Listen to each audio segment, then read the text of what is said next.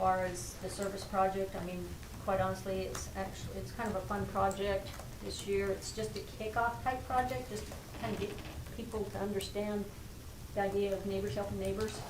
So they'll go around to the door, put door hangers in the areas that we'll be working on. We're gonna have 3 areas: Bayview, Camelot, and Chapel Street, right? Yeah. And it's gonna be a leaf cleanup project, and also doing the kind of the curbs and gutters, and in particular around the grates. So that will help, you know, the city, but more importantly, it's about helping those neighbors that really can't get out there. Tell them 2200 West could use it too. From the corner of Gentile. Yeah. So anyway, I think it's gonna be fun, you know, and we're gonna need to kind of, you know, encourage people to kind of come out and volunteer. Speaking of volunteers, you know, yesterday was the 15th, and so officially that kicks off our Code Blue season for this year.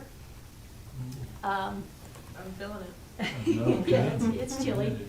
The county has actually made great strides on this, and you know, last year we had the shelter here and then in Kaysville, and now this year the county is in the process of purchasing Talia's as a building that's up there in Clearfield, second north, or what's the What's it one called? Talia's, is it? No, Talia's, it's a, convention, not it's a center. I should know where's that. Actually, yeah, you know the exact Yeah, it's address? an event center. Event center, It right? was a bar, so. Oh, it was Bogey's back in the day. yes. Yeah, Bogey's, yeah, So, I am yep. yes. So anyway, that's where the centers, that's where the Code Blue Center will be this year. Not from personal. You're not old enough I didn't to get have picked gone up to there. Bogey's. So, And I'm too old. that's back in the day.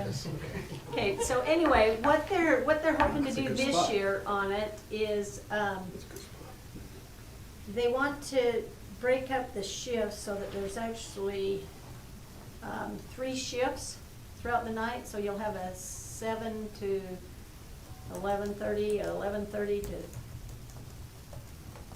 3:30 a.m., and then a 3:30 a.m. to 7:30 a.m. So that, you know, it's not so long for the individuals. So just looking at that and knowing from the experience last year, they're gonna need upwards of 500 volunteers.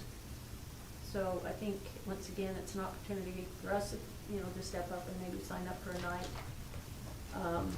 Is it gonna be, so when you say that, does that mean it's going to be open like a, Every night? like a warming center every night? Not Code Blue, but. No, it's just on Cold Blue Only on nights. Cold Blue. Only on Cold Blue nights, which last year it started right around Thanksgiving.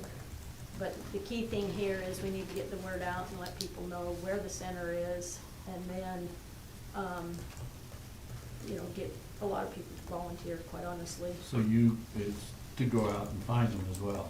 No. No? No, this So is it's just to run the help. center? This is just to run the warming center at night. Okay. Because it's just a nighttime operation from 7 p.m. to 7:30 a.m., really. There's not a feeding breakfast? Yeah, there is, Oh, but okay. it's usually just, you know, it's kind of like a grab-and-go type thing Oh, that they have. okay. And the good thing about this location is there is a bus stop just up the road, so a lot of people take the bus there. So, Oh, Good. it's hard to say how it will work out, but, you know, I think the key thing is, as leaders, we need to kind of encourage people to kind of come volunteer if they can. Are they gonna have those pickup stops like they did before? They haven't quite, there's a couple of things they're still ironing out. That's one of them. They do have some UTA bus passes that they'll be able to give to people to jump on the bus and go to that area. They've got, I know, about 500 of them right now, but, you know, so I know that they rely on the bus stop, quite honestly, for people to make their way that way. And they're considering, there's a lot of questions still on this, knowing that the state, you know, this is, you know, kind of a mandate from the state, but there's a lot of questions also on it. That as far as, you know, this year they have to do, searches. So the question is, okay, well, you search someone, you come across that, what do you do? Right, You like just who's turn, searching? yeah, Is it and who's searching? law enforcement or regular people? Yeah, most likely it will be That's the not law very good. enforcement, because they have, last year we did have, a law enforcement officer there the whole time. And I know that that's part of the program again this year. So those are, but there's still, yeah, there's still a lot of questions, but the main thing is just to make sure we have enough people to kind of help run it. Then, also on that same note, in case, I just learned about this as well, but Brian Steinlet from the county and two of the commissioners, they actually received a state award on homelessness, on stepping up and having one of the best plans and being able to implement quickly. And this year, the plan that was turned in, their plan was the only one that was turned in that didn't have any kickback or any problems with it whatsoever. It was spot on, so I think that also, I guess, bodes to Davis County as well, because really it was a collective effort by everybody. But anyway, okay, that's it on the homeless in my hometown.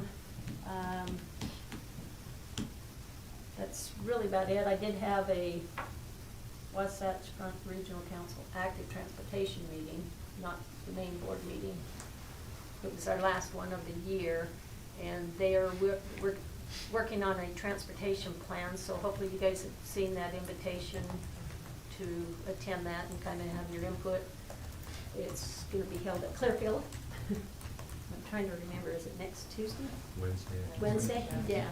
So if you guys can attend that, that would be greatly appreciated as well, so we have, you know, input as far as how we want to connect the overall landscape going forward, so. That's my reports. Who from the council wants to report, or do you have anything? Have anything? Just the changes, which is no big deal, Changes. downstairs. Oh, well, everybody, go ahead and report that it's, what's going on. The names? Do you want me to help you? No, I don't remember the names. The kids that are for the council, and the leaders have left, different reasons. And so we got two new leaders, Selena. Serena? Is it Serena. Serena. Sir or Sil? Sure. Sir, Serena. She's got a long last name, Engelbreton. I wrote it down, Yeah.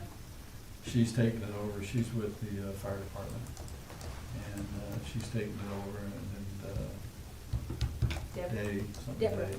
Huh? Deborah, or Debbie, Yeah. and I can't remember her last Yeah, name either. Day, Day. yeah. And so, or Bell, I don't know, I wrote everything down,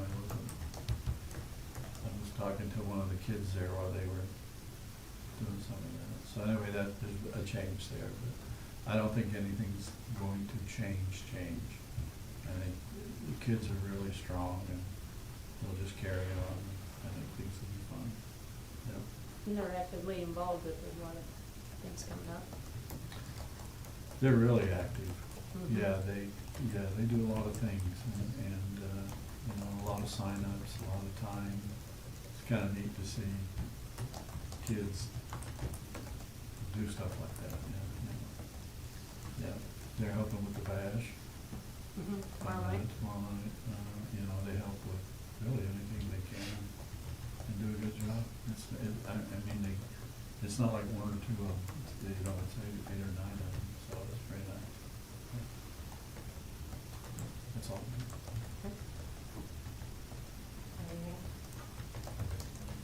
I did follow up on the youth piece. Tyson and I were at the Youth Court Awards program about a month and a half ago. And Mm-hmm. And we learned that the youth that participate, they normally do, you know, tons and tons of hours, and they have often, I think every year, been able to get this presidential award. It's like a medal of sorts that they get every year because they do, like, I want to say thousands of hours. There's a lot of hours that they put in. But anyhow, with some of the things going on in the administration and some of the cuts, the program that usually has funded those medals was cut. And I know Tyson and I just kind of talked in passing about if there was an opportunity for us to do something to recognize those youth, because every other year they get recognized for all of the hours that they participated. So I just wanted to bring it up here because we had talked about it and we never really had a chance to mention it to the council about something that we might want to do to recognize them. You say a medal, what do you mean?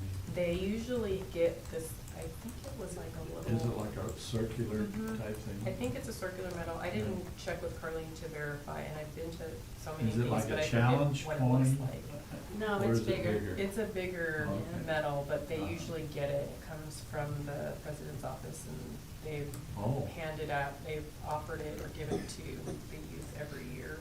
But this year, none of them who participated and received like the number of hours that they participated, none of them got. Well, they didn't qualify. They qualified, but the office that pays for those has been cut, so they're not Oh, I see. providing that.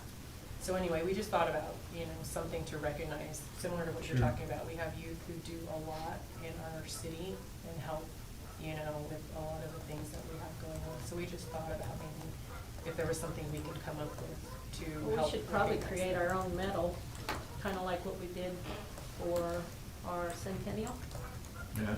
or the ribbon, whatever. We could probably do one, and that one is specific for just the youth court, but knowing we got youth council as well, do we look at Well, something and that's you kind have of more other universal? things. Mhm. To make something that might cover, Other. even besides those two, it's just a Layton City youth recognition, medal or something. create some criteria for it, so it's not just willy-nilly, but, and heck, yeah, for what these kids do. Oh, I'm all You know, about it. I mean, yeah. they don't get paid for it,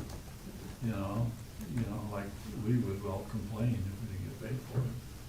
And, and the recognition is minimal as far as I'm concerned, price-wise, Yeah. so, no, I think that'd be a great asset to whatever, yeah. So I'll get the details from Carlene just about like how many kids, what their names are, things like Right. that. But if there's something that we can come up with, I think Yes, that for would be sure. just That's one of the those. least we can do to, recognize them.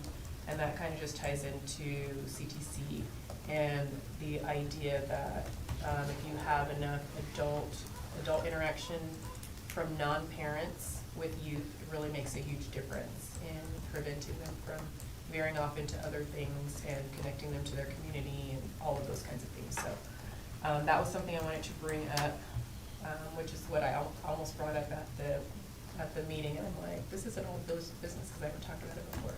But that's what it was.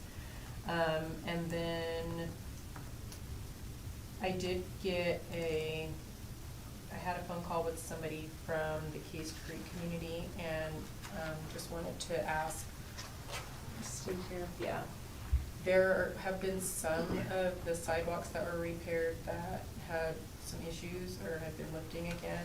Have you heard about any of those? Not that they've Concerns. reported to us, or, Okay. do you know whereabouts? I don't have the address on me, but I can You- forward you the information. Yeah, send it on to There me, was please. one gentleman who had to I think he said he was actually happy that his trees were removed, but when we were in the area, he was asking for certain other portions of the roots to be ground a little bit further because he knew that they went underneath his driveway and other areas. But he was told that they were only gonna do the ones in the park strip space. And so those were done, concrete was relayed, but those roots were still where they were and caused more lifting, and so he's had to replace like the whole thing.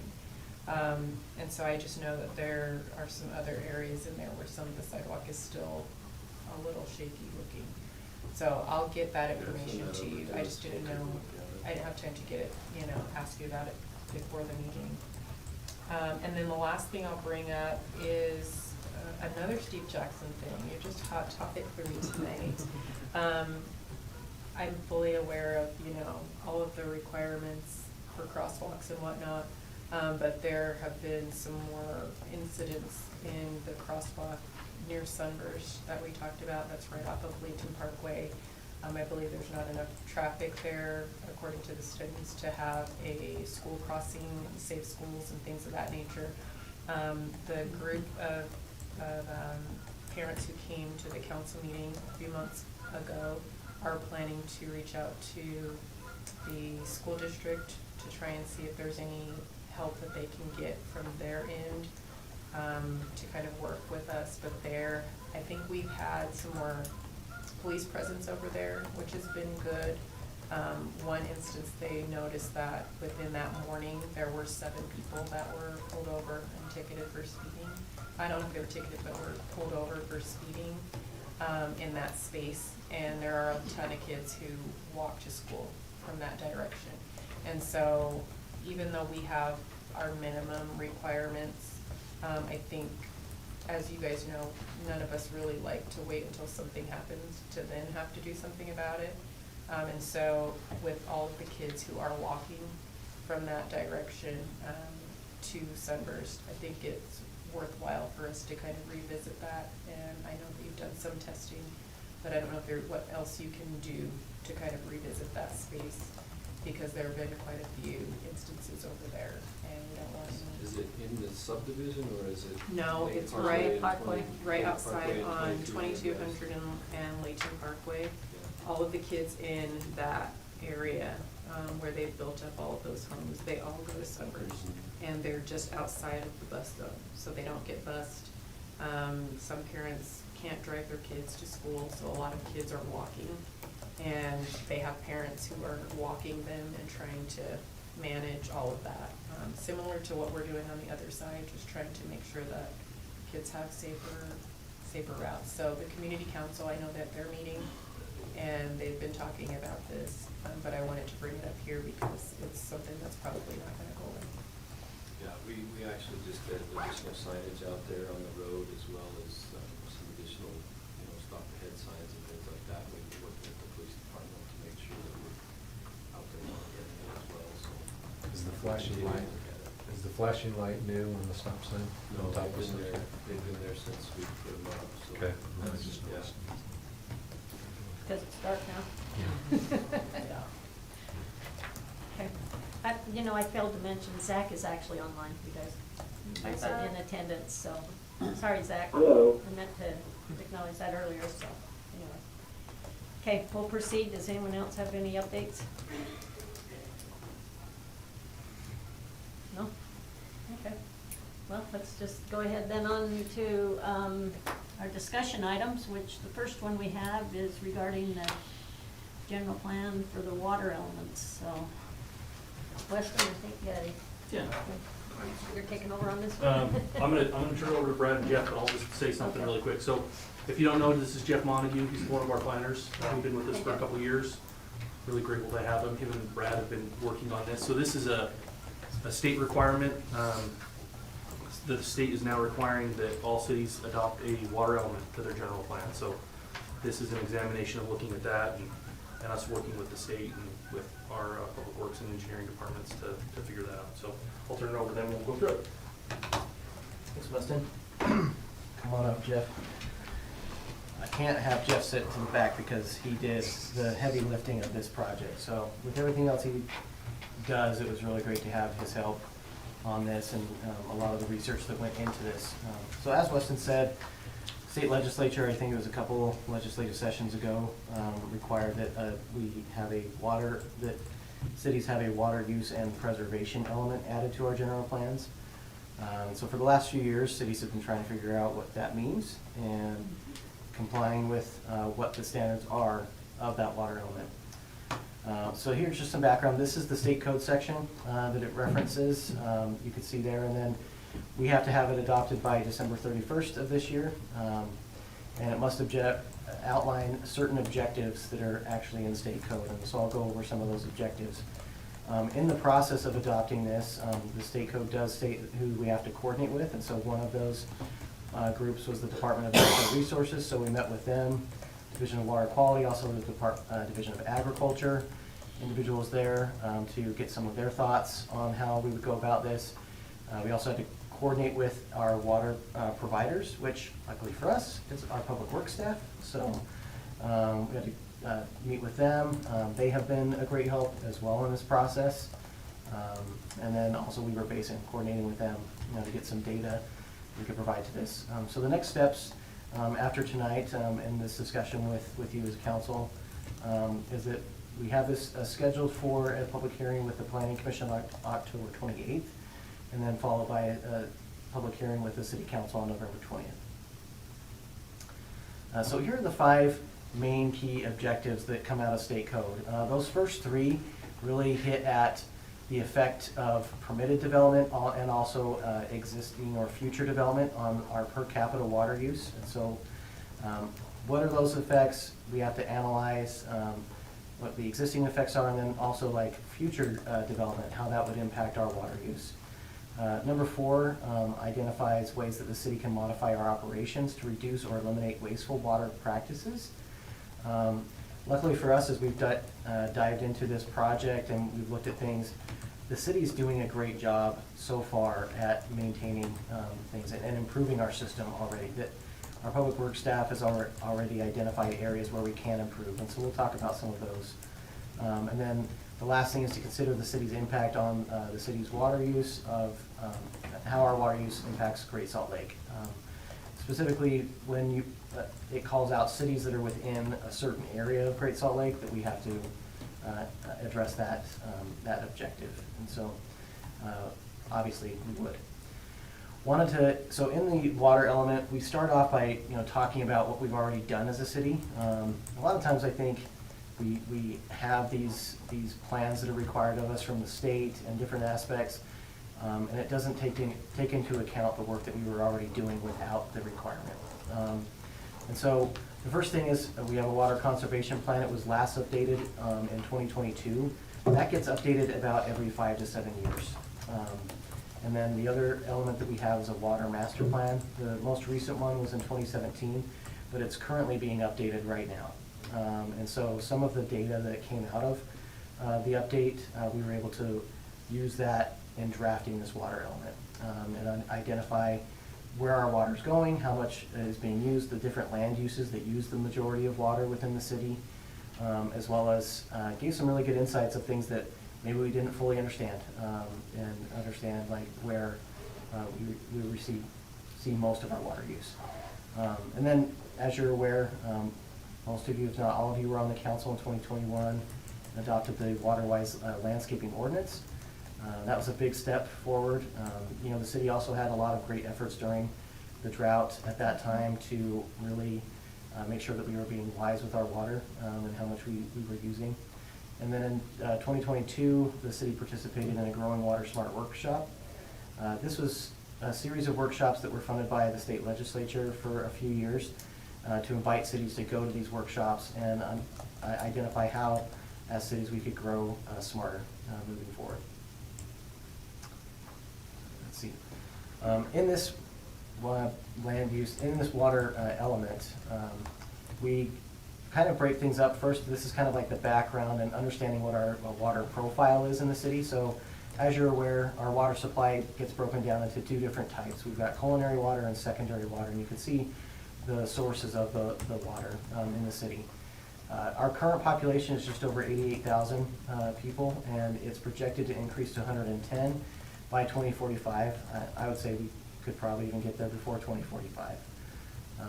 And then what was interesting is, this was actually called out in our water conservation plan, but between 2010 and 2020, Layton City had the greatest population growth in Davis County. The cities that followed us were really close behind: Syracuse, Farmington, Kaysville, and North Salt Lake.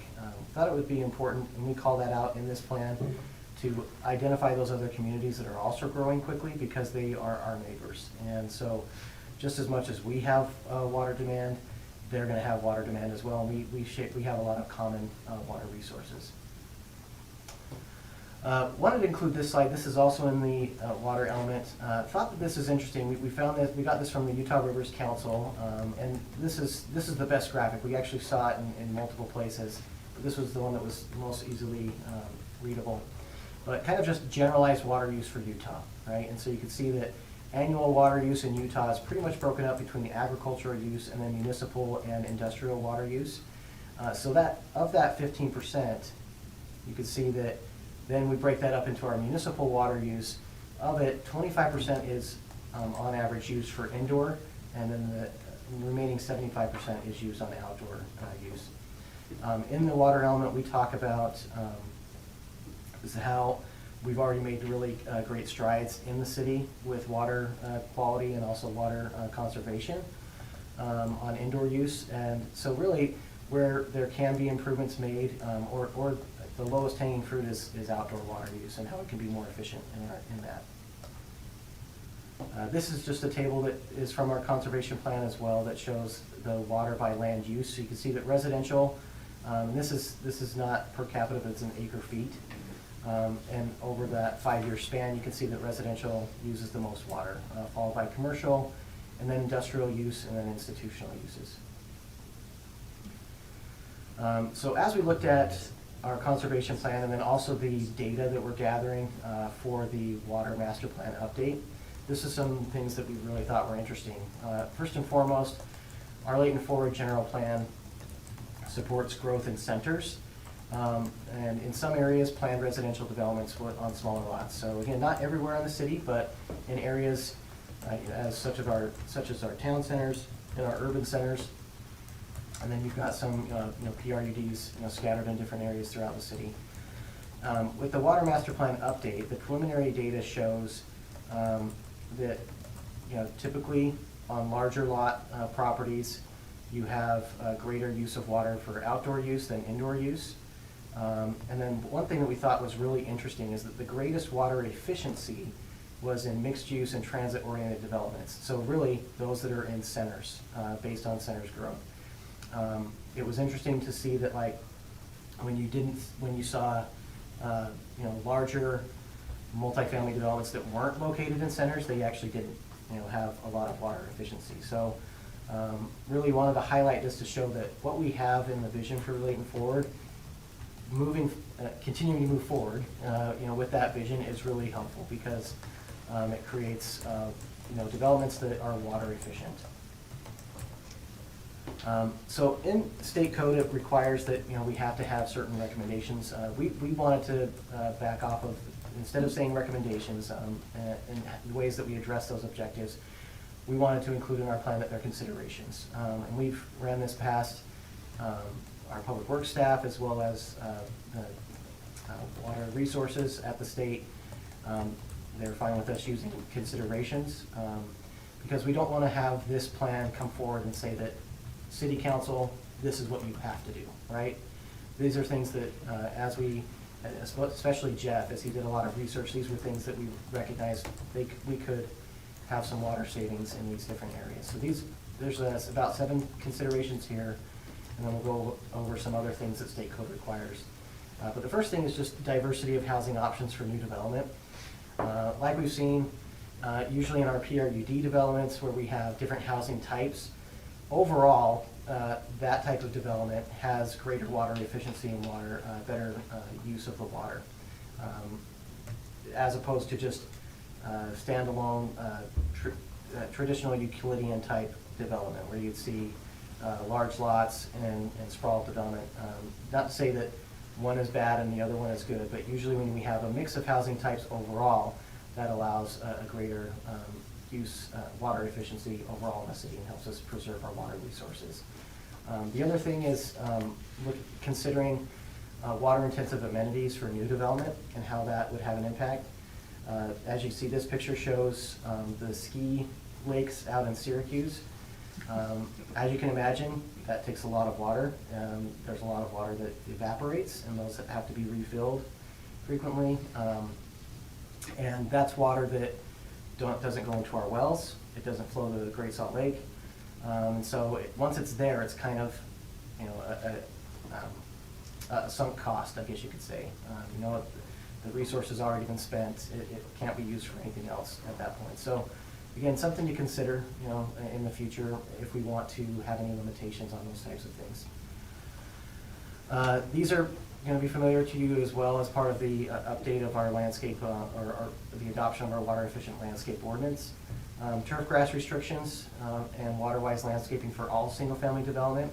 Right now, these limitations are only applied to PRUD developments, and that's listed in our code. So we do have some limitations elsewhere for eight areas that are less than 8 feet wide and not having grass there. Data from Weber Basin has shown that, you know, any areas that you have turf grass that are less than 8 feet wide are water inefficient. And so we end up, you know, having sprinkler heads, even if they say that they only spray 3 to 4 feet, they're usually overspraying. You've got water that gets wasted in that way. And you have grass that's in an area that usually has heat around it, you know, usually in areas where you've got roads and park strips and different things that make it harder for the grass to survive, so you have to throw more water on it to keep it surviving. Again, right now in the PRUD areas, there's a grass limitation of 35% of the landscaping on a lot. So again, something that could be considered in the future. I know that when that ordinance was passed, applying that to all single-family developments, that was something that the city council, based upon the minutes, wasn't ready to move forward then, but would be you know, willing to consider in the future as more data was provided. Water-wise landscaping for existing development. What this really gets to is that as a city, you know, and with our code compliance staff, and also Jeff with most of the business licensing and reviews, as we get new developments that come in, or existing developments where their landscaping has deteriorated, or they're choosing to update their landscaping, by practice, we give them the option, if we have on record that there was an approved landscape plan, we allow them to reinstall what was approved originally, or bring their landscaping into compliance with our current code standards that are water efficient. This would be a change in that approach, and just requiring that even if they wanted to update their landscaping, or if it's deteriorated and needed to replace it, that all landscaping would have to be water-wise landscaping. That would obviously come with, oh, yeah. Is this for, specifically for residential or? Yeah, good commercial question. as well? Because I think for commercial, I thought when they did make a change, based on a certain percentage of how much they were changing, they were required to comply with the new ordinance regardless. Yeah, correct. Yeah, so this would be mostly non-residential uses, so commercial, you know, industrial properties. But you're right, when they do improvements to the building, specifically when they, even if they're remodeling the inside, based upon the valuation of that construction, they have to make certain improvements. We mostly run into this when code compliance, we get a complaint, or we've gone out on our commercial properties and we've seen, or through business licensing, that we've seen that like the landscaping is completely dead. And so then, you know, we've given them the option that you can replace this in accordance with our new standards, or you can go with an approved plan that was already on the books. That's how we've been, and in that aspect, we've been doing that to be business friendly. But at the same time, we recognize that if we want to be more water wise in our uses, then, you know, the best approach would be just saying anything new, regardless of how it comes about, would just need to be water efficient. If I could just jump in for a second, one of the things that we ran into a lot specifically around that is we'll have businesses that, and it's not a ton, but we will have businesses that landscaping has been completely removed or demolished. There's just nothing there. It's not even bringing it back to life. It's been destroyed, and they're gonna have to really revitalize it. And their quick go-to is, well, can I put grass back in? Technically, our code allows it as long as they're meeting their old plan. And so this would be looking at that and saying, look, if there's been such a strong deterioration, and you're not just restoring it, you're gonna have to redo everything. We would rather have you bring it back to a water-wise life instead of just put more grass back in, is really what that's looking at. And Jeff can talk to this too a little bit, but yeah, on his business license reviews, a lot of times, you know, if it's a full property, or even, you know, maybe there's a tenant in a multi-tenant building, Jeff will look at that and we'll flag it. What we're trying to do now is, if it's a multi-tenant building, we're not holding up the business license for that tenant. And it then gets turned over to Dean to do the code compliance case and then work with the property owner to bring the landscaping back or to improve it to our current code standards. Yeah, that's just something we do with it. Right. Yeah, and just like Weston said, more often than not, if there's an existing landscaping plan, businesses will typically choose to go back to that turf grass because it's just slightly cheaper than the update it would take to go to water wise. And so even if they put in rock or they've replaced the landscaping, they'll end up ripping out the rock they put in to put back in turf grass rather than installing water wise. And so we don't get any water savings from that. Is there a type of grass that's better? I mean, I don't know. Yeah, there's different types, and Utah State has actually done a lot of work on this recently where they've done, and I've actually been up to their facility. But they have like 7 different grasses that. Yeah, it's very interesting. So like they have an area where it's like a 10 by 10 area, and then they have different plots of like a 1 by 1 square foot area of grass, and all of them have different colors. It's like, well, and this is a different type of grass, right? Different seed and things. So yeah, there's a lot of different types. Like Kentucky Blue is just what most people use. A little rye. Yep. Yeah, and it's the one that's also most available, to Yeah. buy, right? And so, and it's actually, Kentucky bluegrass gets a really bad rap. It's not actually that bad of a grass. It's mostly that the watering practices are just over-watering most of the time. It actually is a pretty sturdy grass to use. A lot of the time it's training, people training their lawns to be able to grow their roots deeper Right. instead of having really shallow roots. Well, everybody judges their lawn by color. Right. And so it would be nice, in a way, for people to know what it actually takes to keep it, instead of, you don't have to water it 4 times a week, you can water it twice a week.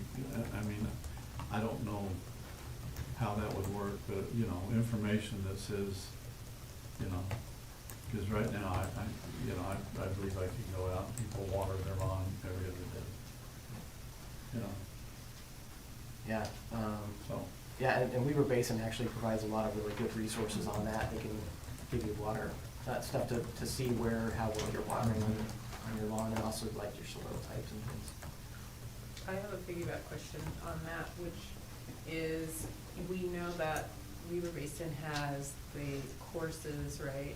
Mhm. I'm going back to residential, right? So when folks want to participate in food trip and whatever other programs, they have to use Weaver Basin. When we are reaching out to businesses about their switching, are we also sending them to Weaver Basin and saying, hey, not, we have to check that you went to this class per se, but so that they do know Mhm. what kinds of things are applicable or are useful or helpful in that space? Yeah, we get calls all the time, and a lot of times people are asking, do we offer the turf replacement program? We currently don't. So it's Utah Water Savers where they can get that. In Layton, residents qualify for the Flip Your Strip program, but we do send them to Weaver Basin because they offer the classes and they will help people get set up on the program to get the rebate. The turf replacement program, our ordinance has to be to a certain level in order for them to qualify for that, which would be, you can replace turf not only in your park strip, but anywhere on your property. And so it'd be the same thing. And so some of those things might be ordinance changes where, again, it's us requiring more in our ordinance in order for people to qualify for those. I guess Yeah. what I was saying is, when businesses are coming and we are, requiring them to make these changes, are we offering them information from Weaver Basin to say, these folks can help you get the turf that you need so that you can comply with what we're asking you to comply with? Mm-hmm. Yeah, we do. and we direct them to the Weaver Basin Conservancy District's water-wise plant list, and we require that for new plantings. Okay, Mhm. thanks. Yep. The turf replacement program through Weaver Basin, that's the ordinance we did not pass. Mhm. And, my biggest hang-up on that was it was specific to front and side rather than, like our PRUD, it says 35% of landscaped area. I would have been more supportive of that, I think, Mhm. but I think, and Weaver Basin, I think, was coming off of state requirements. The ordinance was written by the state, I believe. So, I mean, and I've told Weber Mason that if there was a little more latitude so people could, you know, accomplish the same thing, but have a little more freedom of how to do it on their personal property, their private property, I'd be more supportive of that. I'd Me speak to too. the rest of the council. For considerations 5 and 6, really good research done by Jeff on this. So per pool cover requirements, so right now, when people get a pool permit with the city, we don't require that they have a pool cover. Based upon some research, pool covers can reduce evaporation by up to 90%, which is really a huge savings there. This is something that we could easily add into our code to require that all new pools need to have a pool cover, and it's there upon installation, and then we can easily inspect that, you know, as part of the building permit process. Another thing that Jeff looked into was the size of pools on single-family residential lots. What's interesting in this graph that you can see here is that between 2024 and 2025, Jeff was able to pull all the building permits for pools that were issued, and you can see that the vast majority were issued in the RS zone, then followed closely by the R110 zone. Those zones are mostly located in the western part of the city, or in areas where you have really large lots. Getting back to the larger lots conversation before, we've got pools as well as large lots that we're also throwing lots of water at, right? And so Jeff did some calculations based upon some examples that he saw in other municipal codes in the Intermountain West. And so he did a calculation that, like, say on average, if there was a pool on somebody's yard that was 600 square feet, and it had an average depth of 5.5 feet, That's right. for those pool permits that were issued, there could have been a savings of 335,000 gallons per year, you know, on just those pools that were issued. Now, again, that's getting into a lot of like regulating. Most of those pool sizes most of our pools are usually about 800 square feet. Yeah, 700 to 800. 700, 800 square feet, so wouldn't even necessarily have to go to 600 square feet to make a measurable difference, but we could see some difference if we regulated the size on those. You're figuring that with a cover? The savings? Just the calculation of filling the pool Mhm. is Yeah. all it's Yeah, just the area is what he was figuring. The last consideration here is water-intensive land uses such as data centers. Really considering if this is something that we would want in the city. It's not currently regulated by our municipal code. We also looked at it, you know, they take a lot of water to cool the servers. We also looked at, you know, the amount of, you know, employees that it generates, the job creation. It's not a huge boom for any community that they go into, but it is something that is increasing. You know, you hear about it on the news all the time with AI and different things, that there's a huge need for those, but they also take a lot of water. And you can see in this slide here how much just a medium-sized data center could take. Don't they recycle? I mean, I can't see you just running it through and kicking it out. Yeah, it depends. There are some, as Jeff has looked into it, there are some that are more efficient than others, but just a standard medium-sized one will go through the water and then it goes back through, out through the system. And there's a high amount of evaporation that goes with it too, so Yep. there's a lot of waste tied to it. Evaporation, how's it evaporating into? Yeah, it's the evaporation from the outlet. Okay. Yep.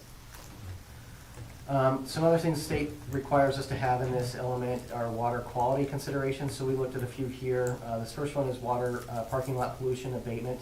You can see in this picture, it's a bioswale, so you can see what the idea behind that is that as water is running off the parking lot, it goes into the swell. The plants and the rocks and things, they actually do a really good job at filtering out pollutants before it goes into our stormwater system, so that helps reduce that runoff. And then another thing that Jeff looked into was water quality in riparian corridors, so areas that are along our streams, like Caves and Holmes Creek, having additional setbacks. This actually kind of has a twofold benefit for us. We do have some homes where the properties go right up to the creek or to the middle of the creek, and then as such, the home gets built really close, and then it gets built really close to the floodplain. So this could have a dual-fold, you know, type of benefit for us. But by having these additional setbacks, it decreases stormwater runoff and pollution into those streams, and as such, there's the I guess tertiary benefits that come off of that. You've got our groundwater is more clean, and the water that makes it to Great Salt Lake is also cleaner. On city operations, all of these bullet points here are already in the conservation plan. And so these, again, just show the work that the city, our Grid Public Works staff is already doing on upgrading our water system, updating our parks to be water-wise, and different aspects there. The last thing here is just the consideration on Great Salt Lake.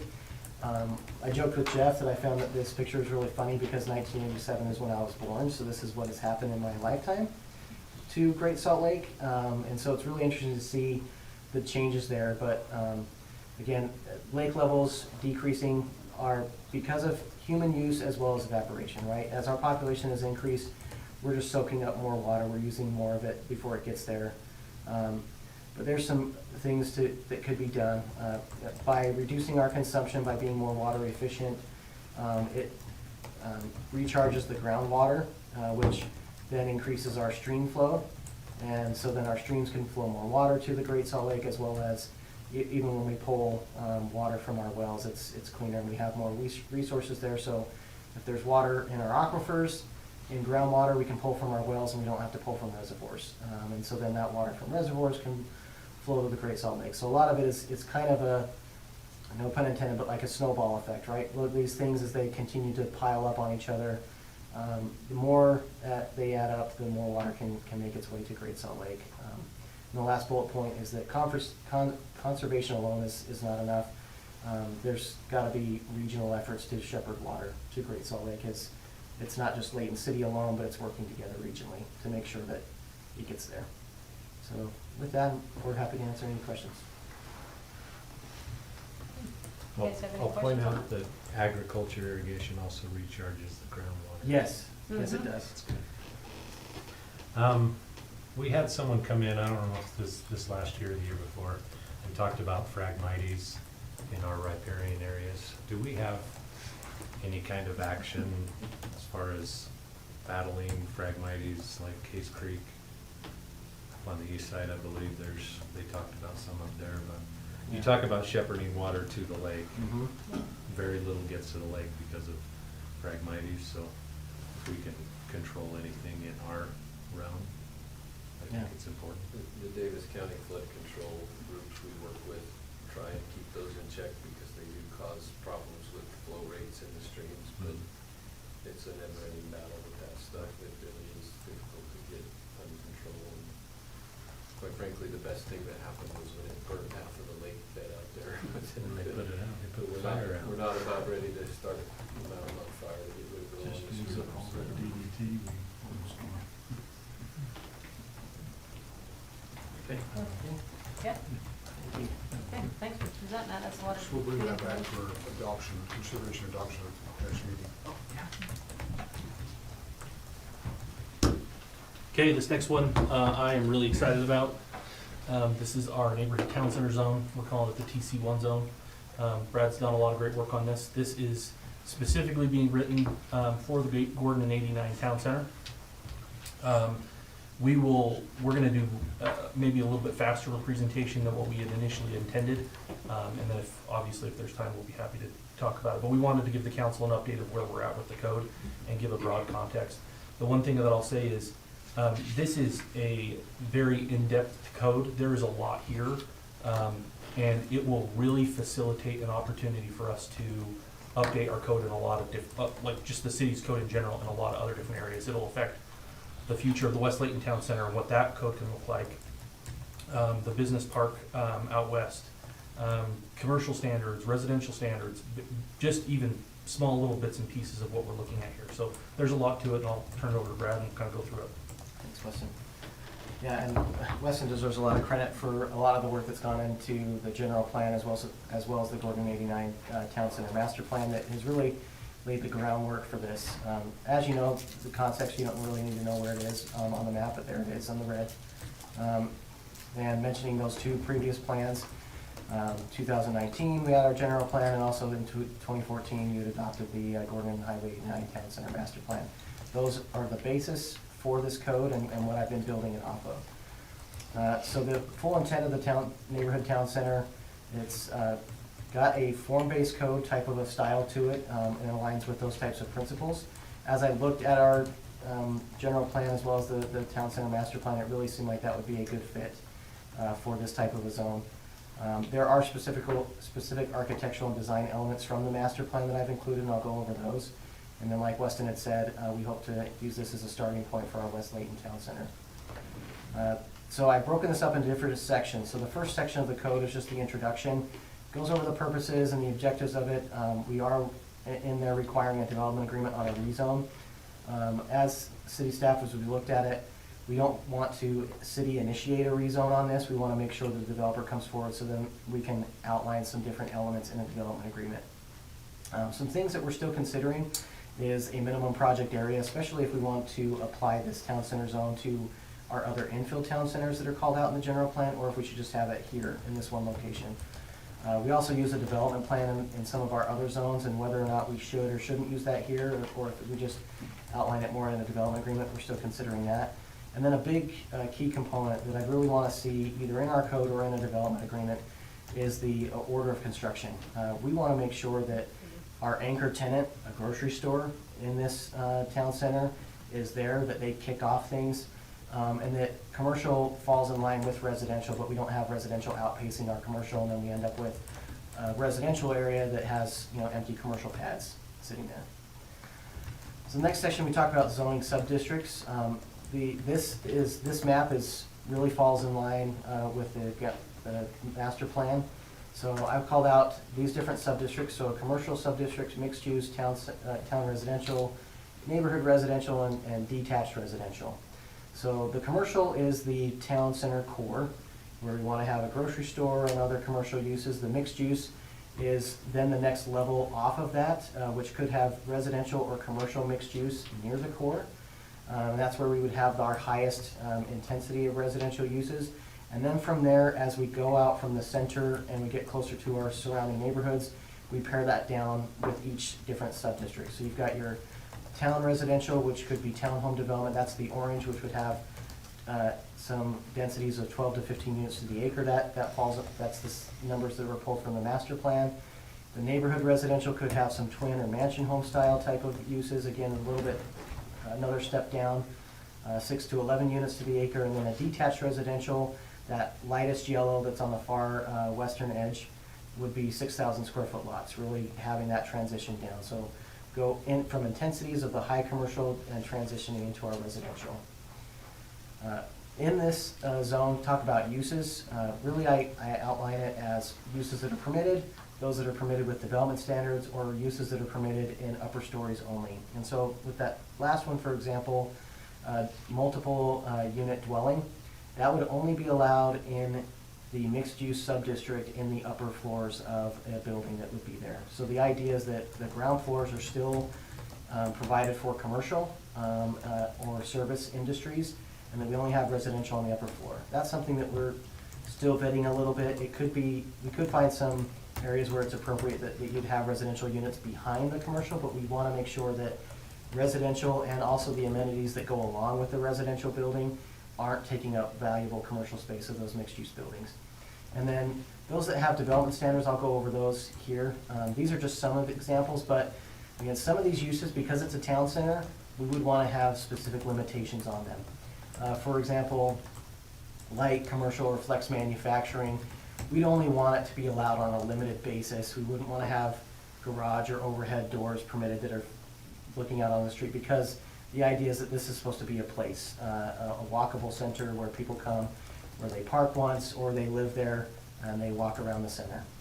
Some other things you can see here, some limitations on the size of some of these uses, again, based upon the size of the buildings that we anticipate to be here, as well as wanting to make sure that we can have a variety of uses and not just singular uses in this area.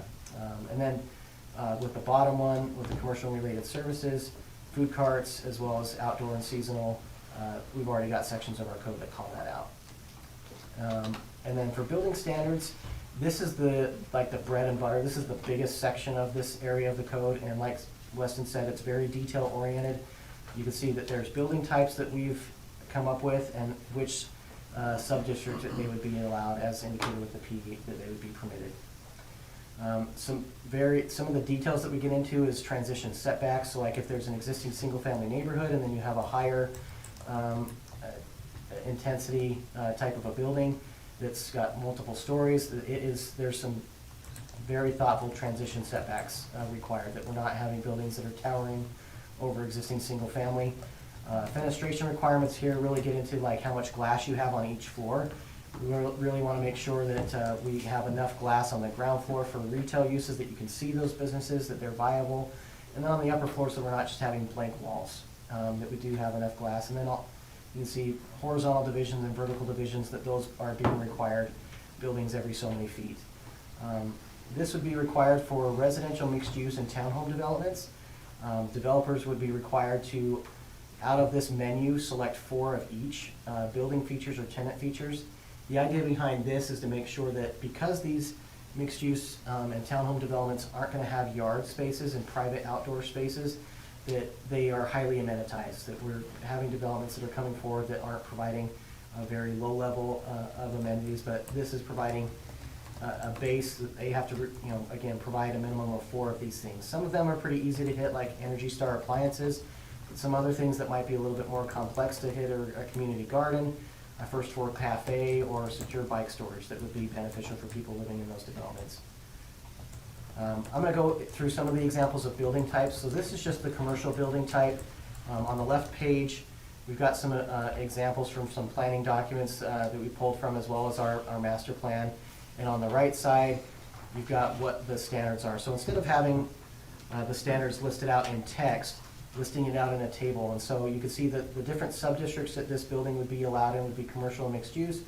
And then this is the setbacks, how much property area the building could occupy, the minimum number of stories that it could have, the maximum number of stories, different details that you have, the roof types and different things that apply. And so this would be applicable to every building type, and each building type has a different standards, as well as the different sub-districts that they would be permitted in. These are some other images that you can see of the mixed-use residential buildings, townhouse, mansion style, and single family. I appreciate Weston helping me with generating some of these graphics as well. And then you can see a lot of these projects, trying to pull from things that are locally in the city. The only project that is a real life one is this one, that's in Ogden, but these are. No. That one's Layton. Oh, this one's Layton too, but yeah, this is the that park. other one, This is in a subdivision in Layton, and then this is also on Yeah. Fairfield. Fairfield, yep, the dentist office. Hole Yep. number 2. And then there's just some general design standards. So when it entry types, we want to get into specific standards. That if you have a contemporary entry type or a mixed-use entry type, these are the standards you have to follow. We have lots of others, but these are just ones that I've got here as examples. Same thing with like a roof. These are the standards that you'd have to follow if you choose to use one of these roofs. And then when it comes to awnings and for commercial uses, we want to make sure that canvas and metal are encouraged. We want to discourage like plastic awnings or different things like that. Really, again, have a high level of design standards. For this town center, the master plan calls out 4 architectural styles: craftsman, mountain, modern, farmhouse, and prairie. And so I brought that into the code to say these are the things that we want to emphasize. There's in the guidelines and standards for these different 4 types, I've outlined things as shoulds and shalls. If it's a should, it's a guideline. If it's a shall, then it's a standard, and they have to meet it. We've identified that the mountain modern is the main architectural style for this town center, and it has to be used on commercial and mixed-use buildings. Really, you identify the mountain modern as the main architectural style because of the location of this town center. It's on the foothills of the mountains. It has there's going to be a very key draw between this town center as well as like the park that's to the east. You can see the fire station's over there. The fire station has a very mountain modern look to it as well. These pictures, I like these ones the most out of what is mountain modern. This is not the best example, but it does, what it's trying to show though is some things that are key elements of a mountain modern design. And this is, again, included in the code. So the use of exposed beams, stone, and those types of things. And then get into very specific residential composition guidelines as well as commercial ones. So for residential uses, you can see using horizontal bands definitely plays into the mountain modern design. Using vertical strips has more of an urban type of look and feel that we're not wanting to see in this town center. Also, making sure that we're emphasizing the placement of the garage, that it's recessed and behind the main facade of a home, and that we're not highlighting the garage over the facade of a home. Some commercial and mixed-use standards. This just gets into like how wide a block face could be before you have to make a transition. Also some plaza types, and then this gets into different standards, like the base of a building, having shafts that accentuate the building's architecture and different elements there. And then landscape standards, this section is a lot more pared down, but it's very important for this town center. I pulled this from the master plan because it talks about the parking lot areas and also harkens back to the history of this area and where it was an orchard. And so making sure that we don't have these large parking fields that are just asphalt without landscaping. And so the standards that we've come up with really illustrate that and enforce that some more. These are pictures from the area that's over by Red Robin and the Layton Hills Mall. We've got some offices that are there. This would be interior parking lot areas, so making sure that we have medians and landscape islands that have trees. What that does is it helps a lot with stormwater. It also helps a lot with like the heat of a parking lot with trees and the overall beauty and desirability of being at a place. Also making sure we have higher standards for trash enclosures as well as landscaping around buildings. And then streetscape standards, these are still things that I'm vetting through, but making sure, this is really important in a walkable town center, that we get the width of our sidewalks right. So you can see here some of the things that the master plan has called out and how wide those sidewalks could be, as well as providing street trees or areas for on-street dining, and maybe even merchandise to be displayed outside. Yes? Question on that, what about as we move into the fact that we've got more bicycles and motorized personal craft going around? Do we need to look at, designated areas in these type of, for travel lanes for them as well? Yeah, and that's the thing, yeah, we've been talking with our public works staff as well, and, trying to figure out where that is. What I would see here is we do have a multi-use trail that goes to this point, so the likelihood is that we want to have that continue further to the east, really connecting us to the park. That's going to be on the east side of 89 here. These roads here are more local streets, so an on-street bike lane might be appropriate here. And so with that, we're trying to identify how much right-of-way do we really need to be able to accommodate those things as well. Yep. And then parking standards just relating to existing code, and then sign standards also the same. When it comes to some sign standards, Weston has already done a lot of really good work on sign standards for our MU and MUTOD areas. They're draft standards right now, they'll just need to come forward, but these would be really applicable to the town center, so it might be something that we bring those sign code standards together at the same time with this code update. So with that, happy to answer any questions. You make a rule, excuse me, you make a suggestion that if your tree dies in the middle of your parking area, do you have a time limit to change it?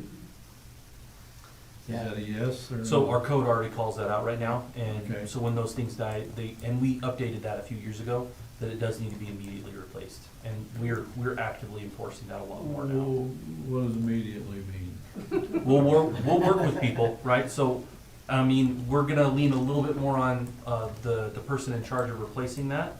So immediate, if it's the middle of winter, that's gonna be difficult, right? Okay. Immediate's gonna be spring. Okay. But if it's springtime, immediate will be in the next few Or weeks. That fall. needs to get, fall. If it's, Okay. yeah, we To give me- people a threshold. To me, spell things out. Sure. Immediate, to me, when my wife says, do this quickly, sometimes it doesn't get done quickly.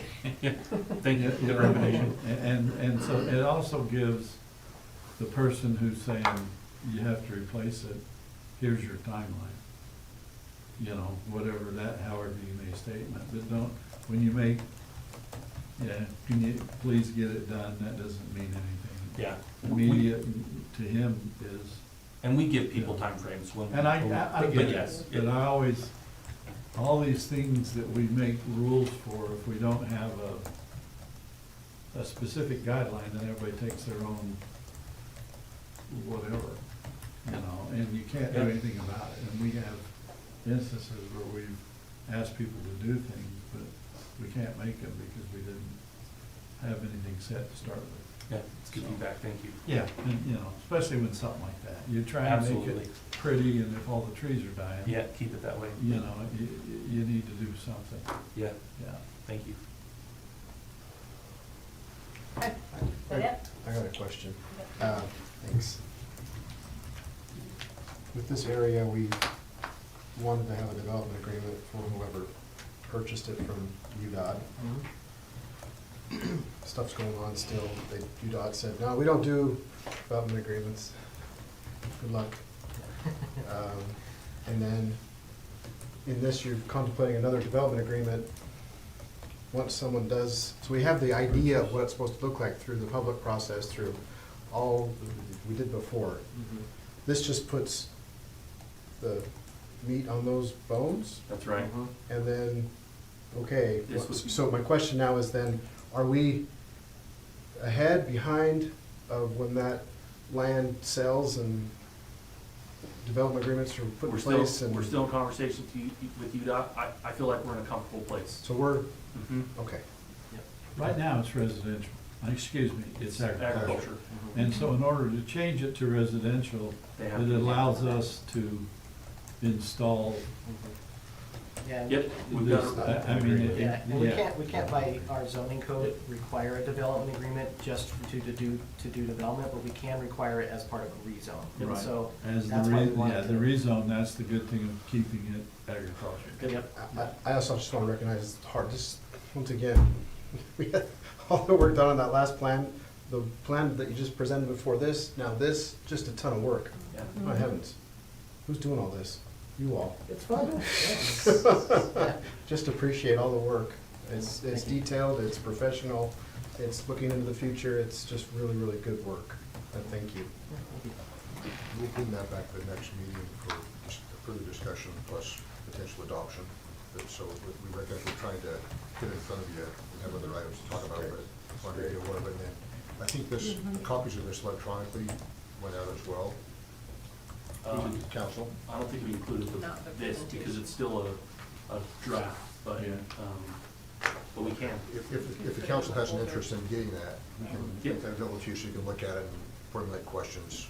Yeah, and same thing with the water element. We've got that completely drafted, and so it will come back to you as it goes through the approval process, but if you wanted to get a copy of it beforehand. So you don't have to read Or who 400 we want. papers 2 days before? Yeah, 300-page packets. Thank Yeah. you. Thank you. Yeah, Brutal. they are, that's what's probably wise. Okay, let's go on to the next item, which is the mosquito abatement district, so Tyson. Pretty much, I've got this same paper that I handed to you guys, pretty much same discussion we had 2 meetings ago, I believe. But this time that needed to be on our agenda. Needed to be an agenda as per state code to meet the requirements for a tax increase for a special service district. So basically, this breaks down the expected increase for an average household. Average resident in Davis County is valued at 600,000, increasing from 30.69 to 38.61, which is a $7.92 per year, 66 cents per month. Increases on business is estimated to go from 55.80 to 70.20, 14.40 per year. That's based on average business size, obviously. The increased revenue to the mosquito abatement district is estimated around $1 million, which is pretty substantial, 26% revenue increase. And the need, we talked about it, I talked about it a little bit last meeting, but we need to build a building.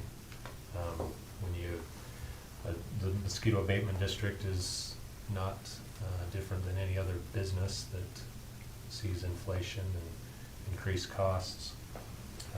But additionally,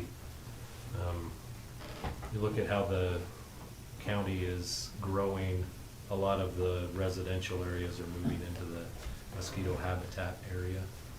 So the district has had to be more aggressive on spraying, trying to control those areas. Look at the West Nile problems that we increasingly have every year. They talked about in our meetings the different states, the neighboring states, and the West Nile numbers. And for instance, Colorado doesn't have any substantial mosquito abatement, and they have had 700 human cases or so. Wow. High 600 to 700 human cases and deaths in the 20s. I think Utah's had 7.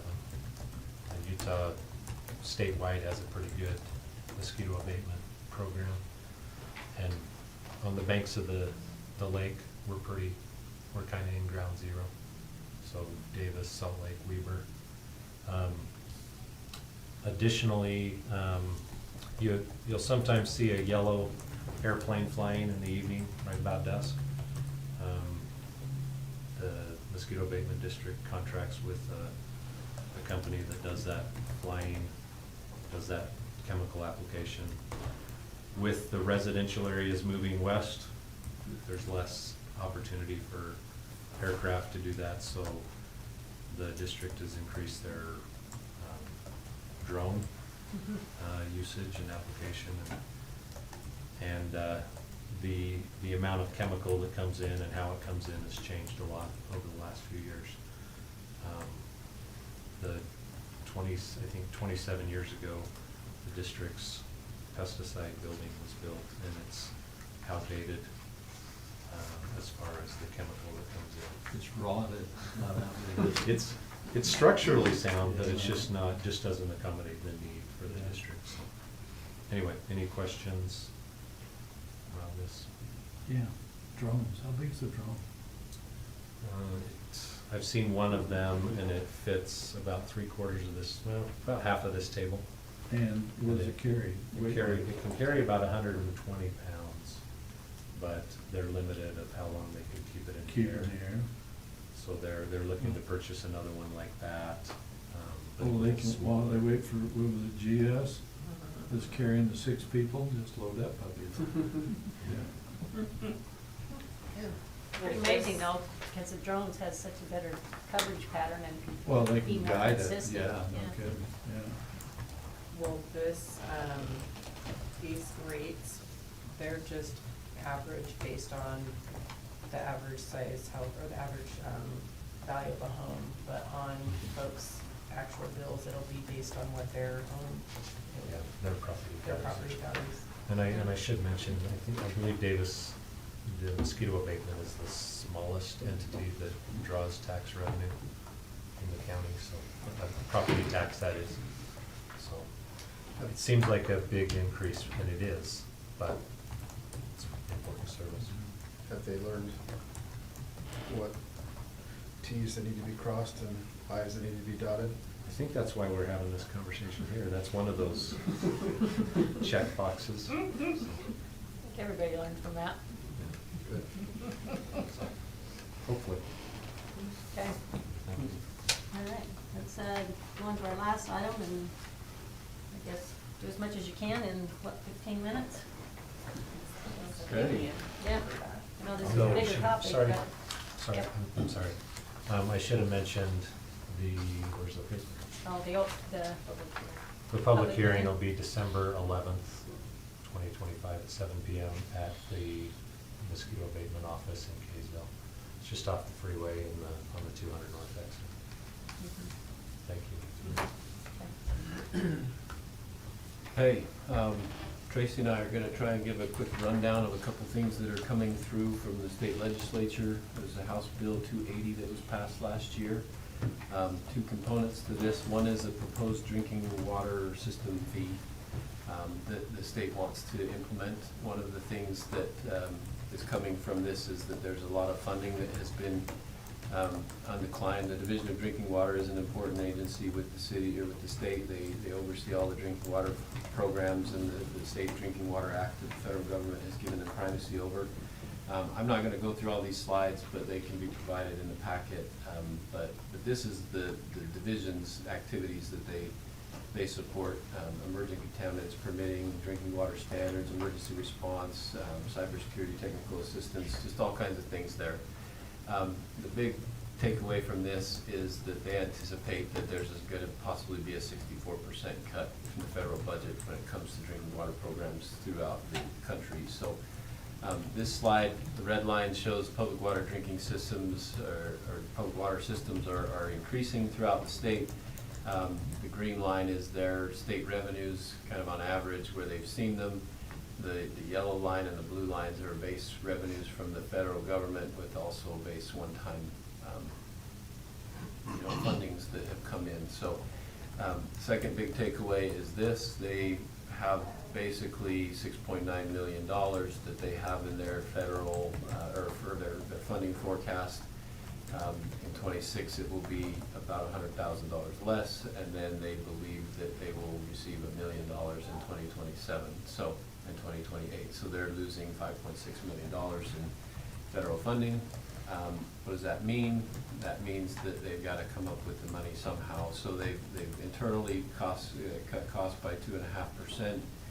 They're trying to reduce and streamline things to be able to do that. There's no question that they need stable funding. However, we disagree as far as how it's going to happen.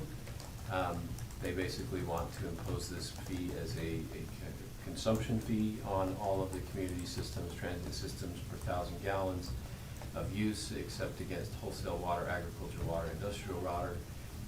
So the basic breakdown is 3 cents per 1,000 gallons is what the incentive rate would be. Most of the systems will meet the conservation incentive, so they'll get this reduced rate versus 3.3 cents.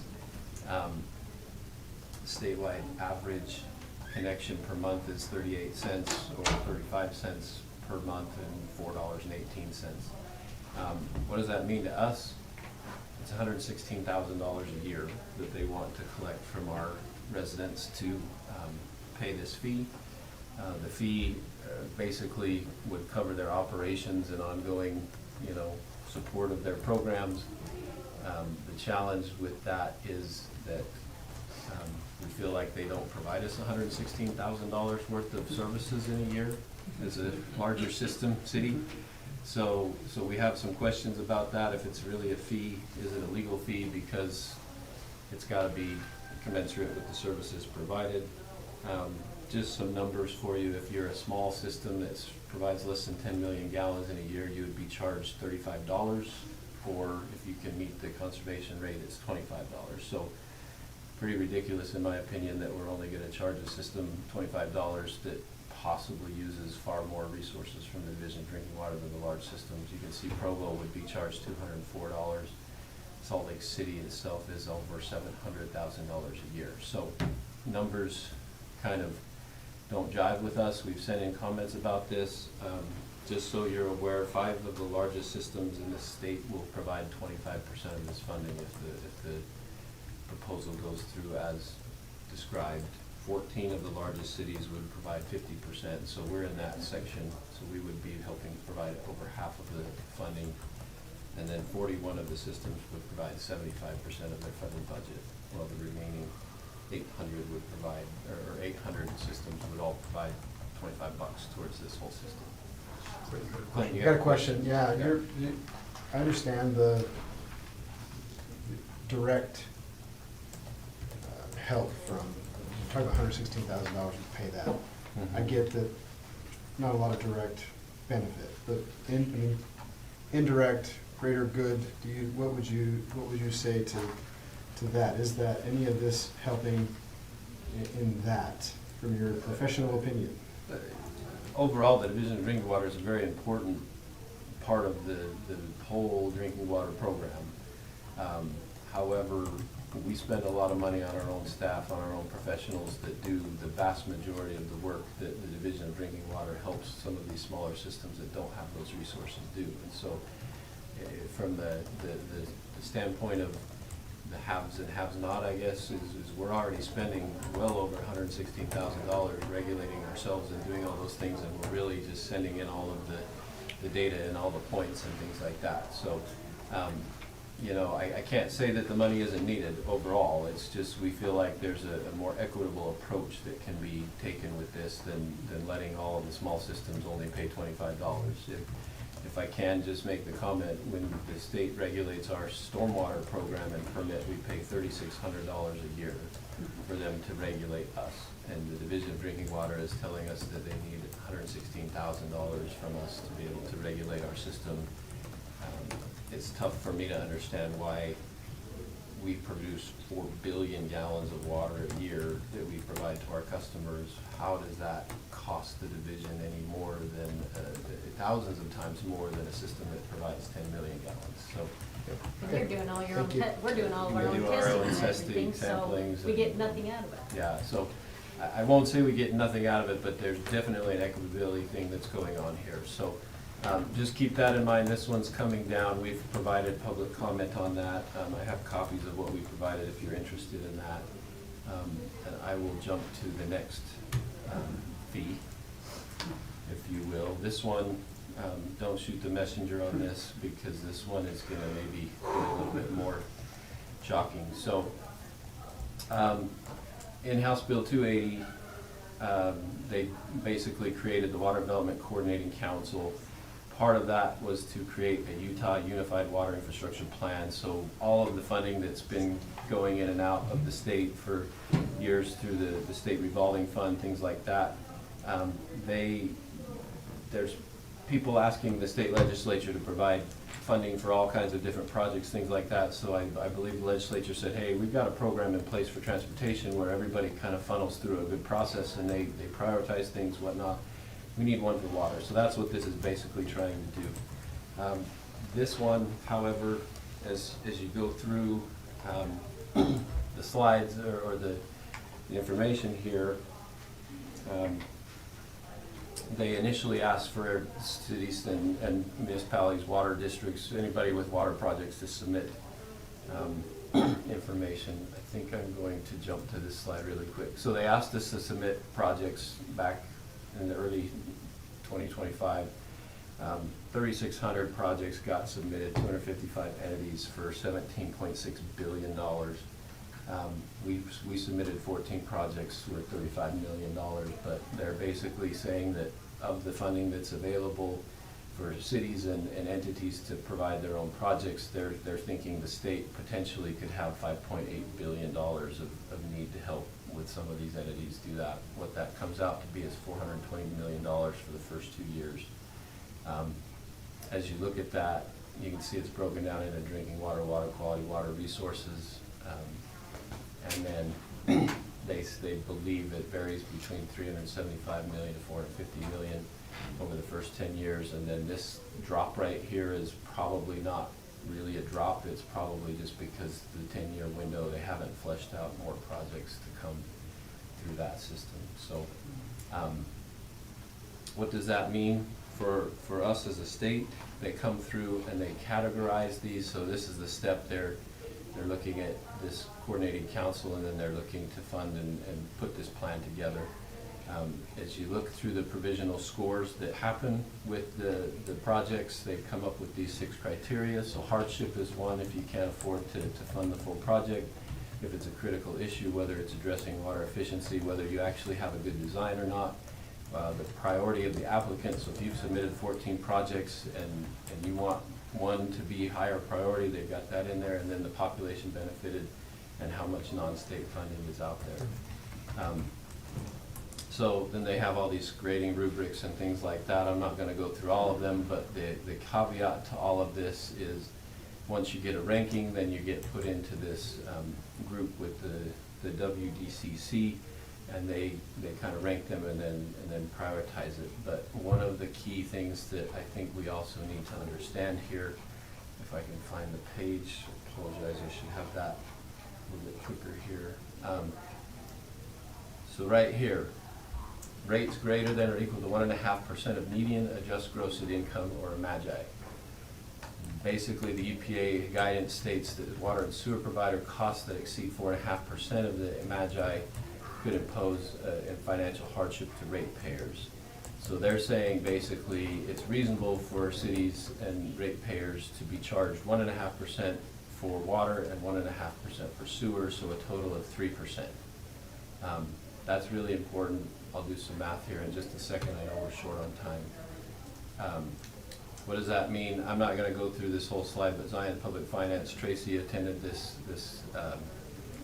presentation, but they're anticipating a 19% reduction in drinking water state revolving funds and 25% in that in the clean water state revolving funds.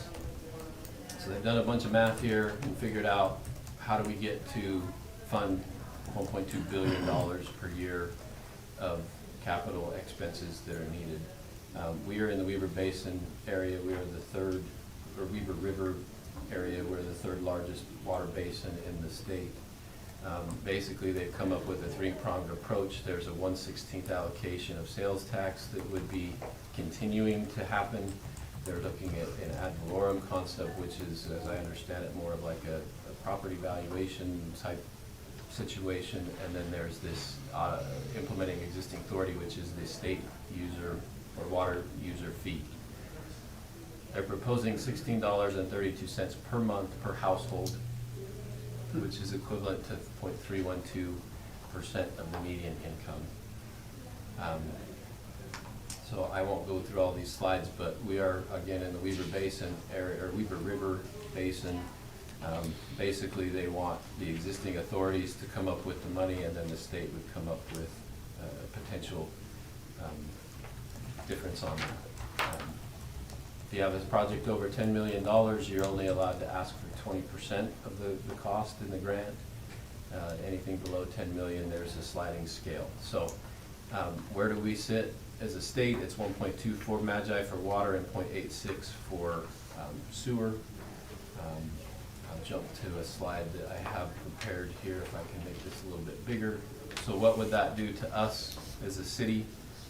We're at 67,000 as our MAGI, so we need to, according to that chart, we need to raise rates, or we would be expected to raise rates up to $1,005 per year in order to meet the 1.5%. So we're water, secondary, indoor and outdoor, roughly, these are just quick calculations, but we're at $44.73 per month.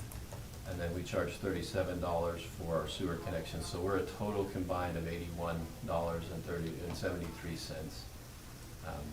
So we are sitting at 0.8 for water, which is lower than the state average, and we're also lower at 0.6 for the sewer. So we're at a total of 1.464. So according to the calculations that the state is doing, they say we have an additional capacity to increase our rates to be able to collect an additional $1,029.24 for water and sewer to get up to the total of 3% MAGI. So what does that mean? We currently collect for water 11.2 million. We would collect an additional 9.8 million with our 21,000 connections, which is an 87% rate increase on the water.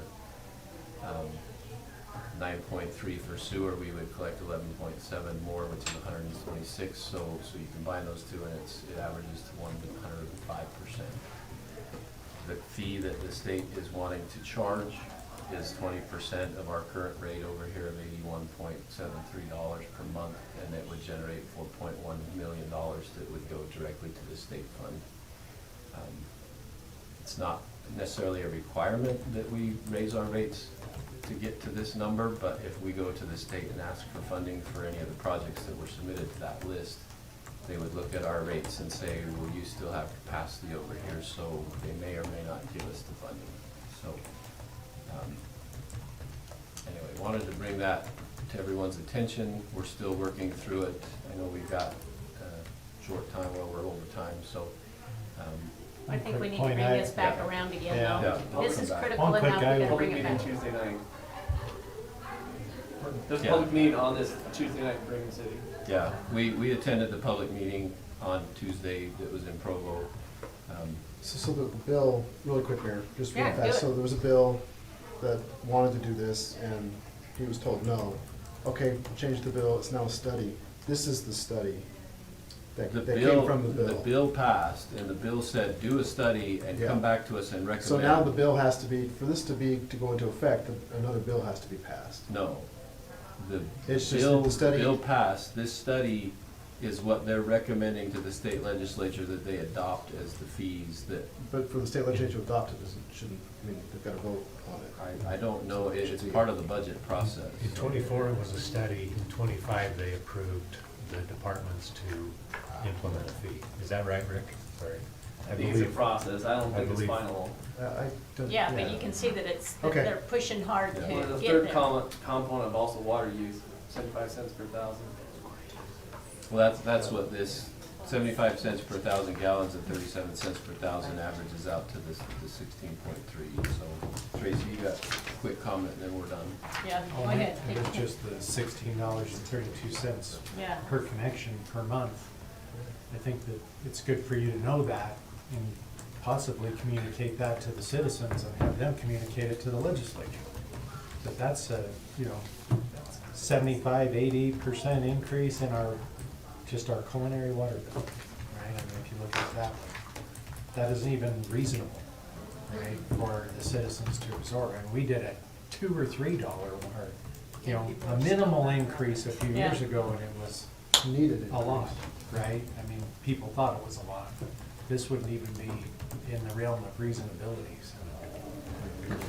Well, like I said, this is good work, I appreciate you guys doing it, but I really think we gotta bring it back around and allow us to kind of go through it more and. I'll send you all some information on it so you can look at these slides, but then, yeah, we'll have another And also the key conversation. takeaway is they're in interim committees now working on this, right? Yes, So I this think is that's, I think actually, that's the key thing here, guys, is we gotta really start chirping. they're gonna, Let's invite each of the legislators, of the city, all 7, Okay. come talk to us. Good idea. they're taking Very this good. plan, they're presenting it, and then they plan to start implementing things come the beginning of this legislative session, is our understanding, so. So maybe we need to do it now, Yeah. invite now. Well, yeah, have the conversation, start asking the questions. Okay. Motion to adjourn? Yeah, thank you, guys, we'll convene in the next room.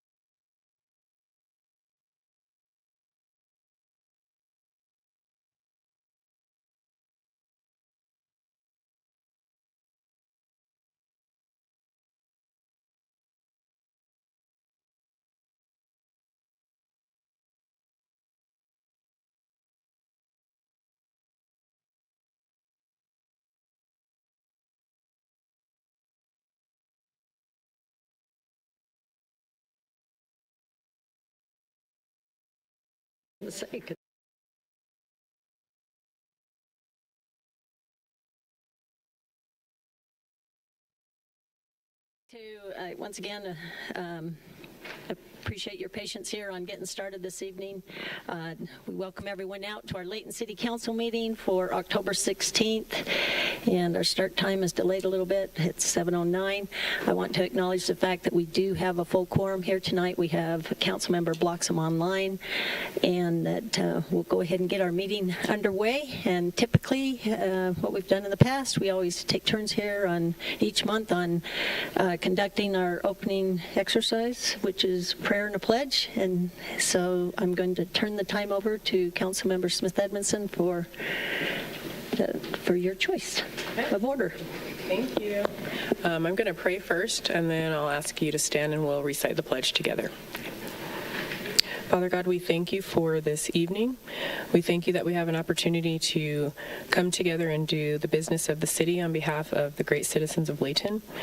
We thank you for our first responders. We thank you for just an ability to be in a country where we can come together and we can talk about things that are top of mind and things that help the residents in our city to live full lives where they are happy and they're able to connect with one another. I ask that you help us on tonight with all of the things that we have on the agenda, and let everything that we do be done according to your will. And in these things I ask and say in Jesus' name, amen. Amen. All right, if you will stand and recite the pledge with me. I pledge allegiance to the flag of the United States of America and to the republic for which it stands, one nation, under God, indivisible, with liberty and justice for all.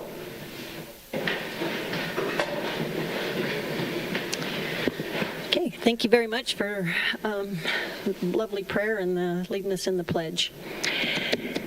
Council, we have 2 sets of minutes that we need to take action on. Hopefully you had a chance to read through them. If you have any additional changes, please make it known. Otherwise, I'd look for a motion to accept as written.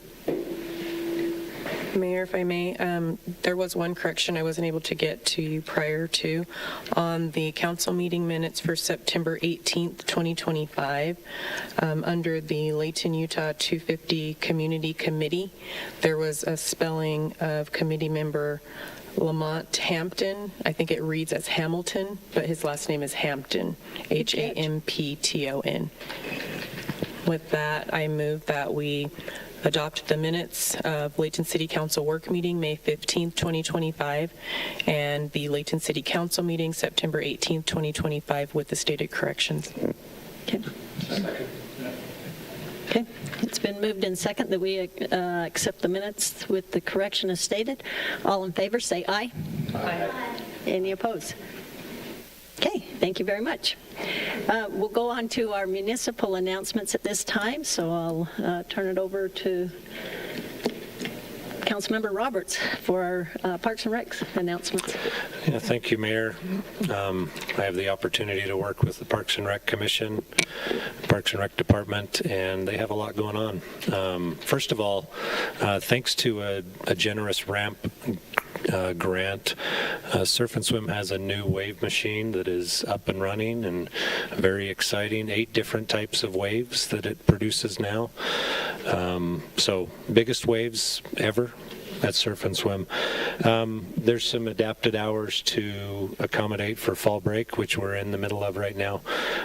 Today finished, and tomorrow open for open wave between 12 p.m. and 8:45 p.m. So send the kids up there or take them and take the family tomorrow and enjoy the new feel of the waves.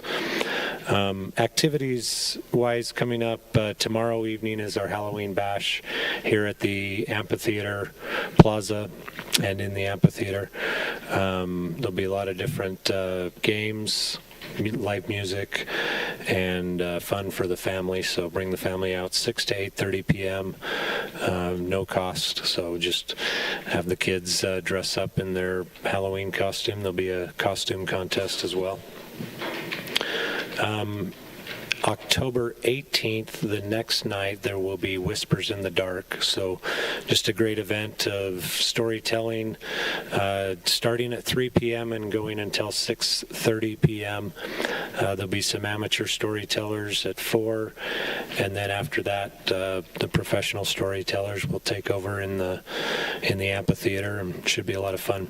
Again, 3 to 9 p.m. 3 p.m. to 9 p.m. and that's as well free.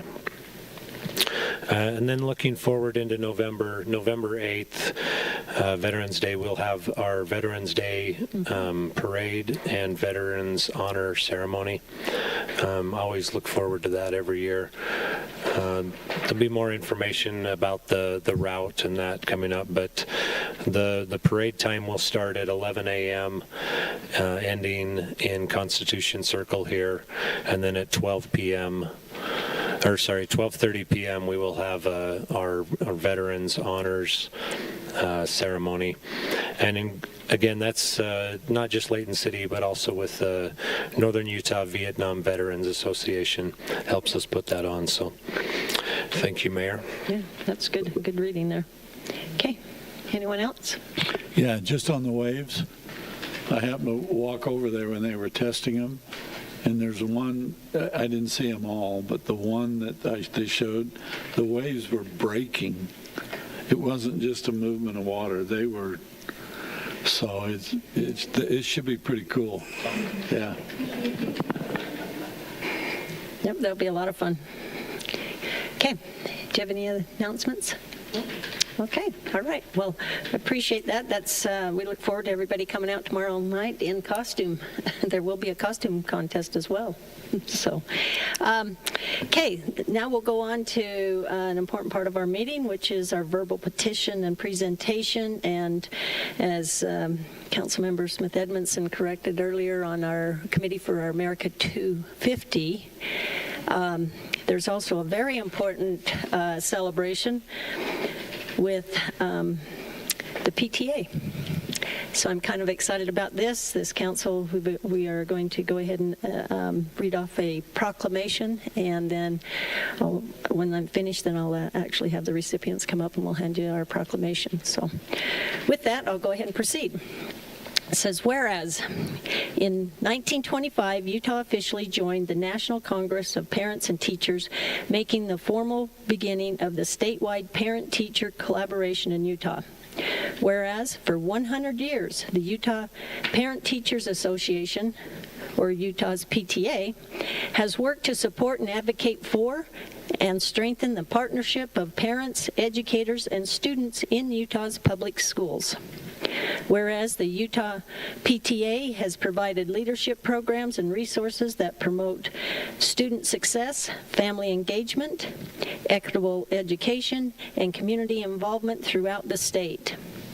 Whereas Layton City recognizes the importance of strong public schools and the role of family engagement, civic involvement, and community partnership in supporting student achievement.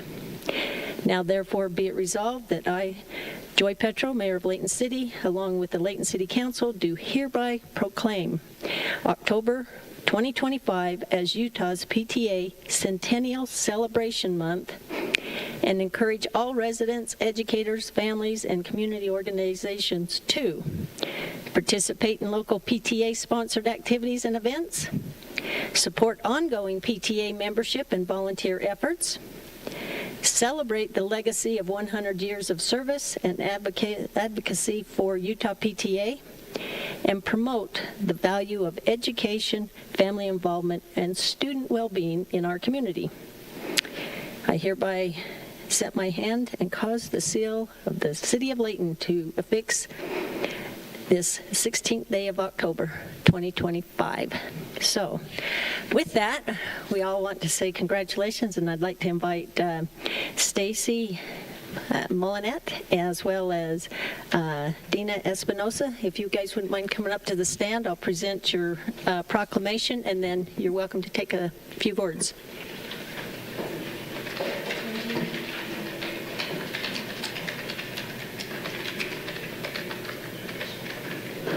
Appreciate that.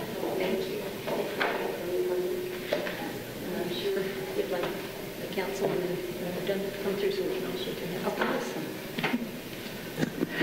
Thank you so much. This is, 100 years is a long time, and we're so grateful for recognizing the time that the PTA has spent in the state. It's a pretty great organization that I've been involved with, and I grew up in a PTA school. My kids have gone through PTA schools, and it's just, they do so much for parents and teachers and the kids, and really the focus is on the kids. Our mission is to make every child's potential a reality by engaging and empowering families and communities to advocate for all children, and we really are trying to work for all children. So thank you. We really appreciate it. Before you turn it over, go ahead and state what your title is within the PTA, because it's... Okay, so right now I am the Davis Junior Council President over all the junior highs in Davis School District. And this is Deanna. You want to say more? Yeah, and I'm over the Freeport Elementary Schools. Awesome. In the district. Okay. Mm-hmm. So, and then I've been a state PTA president 3 years ago. I was the state PTA president. So. Yeah. But we both live in Layton, so. Well, we really appreciate your involvement and setting the example here. I mean, I personally have been involved with PTA in the past, but I know all of us here definitely support education and really want to acknowledge the fact that we're great. This organization has been around for 100 years, and know and hope that it will continue to be there for another 100 years. So do we. So, yeah. Okay. Well, would you mind coming up and allow us to shake your hand then?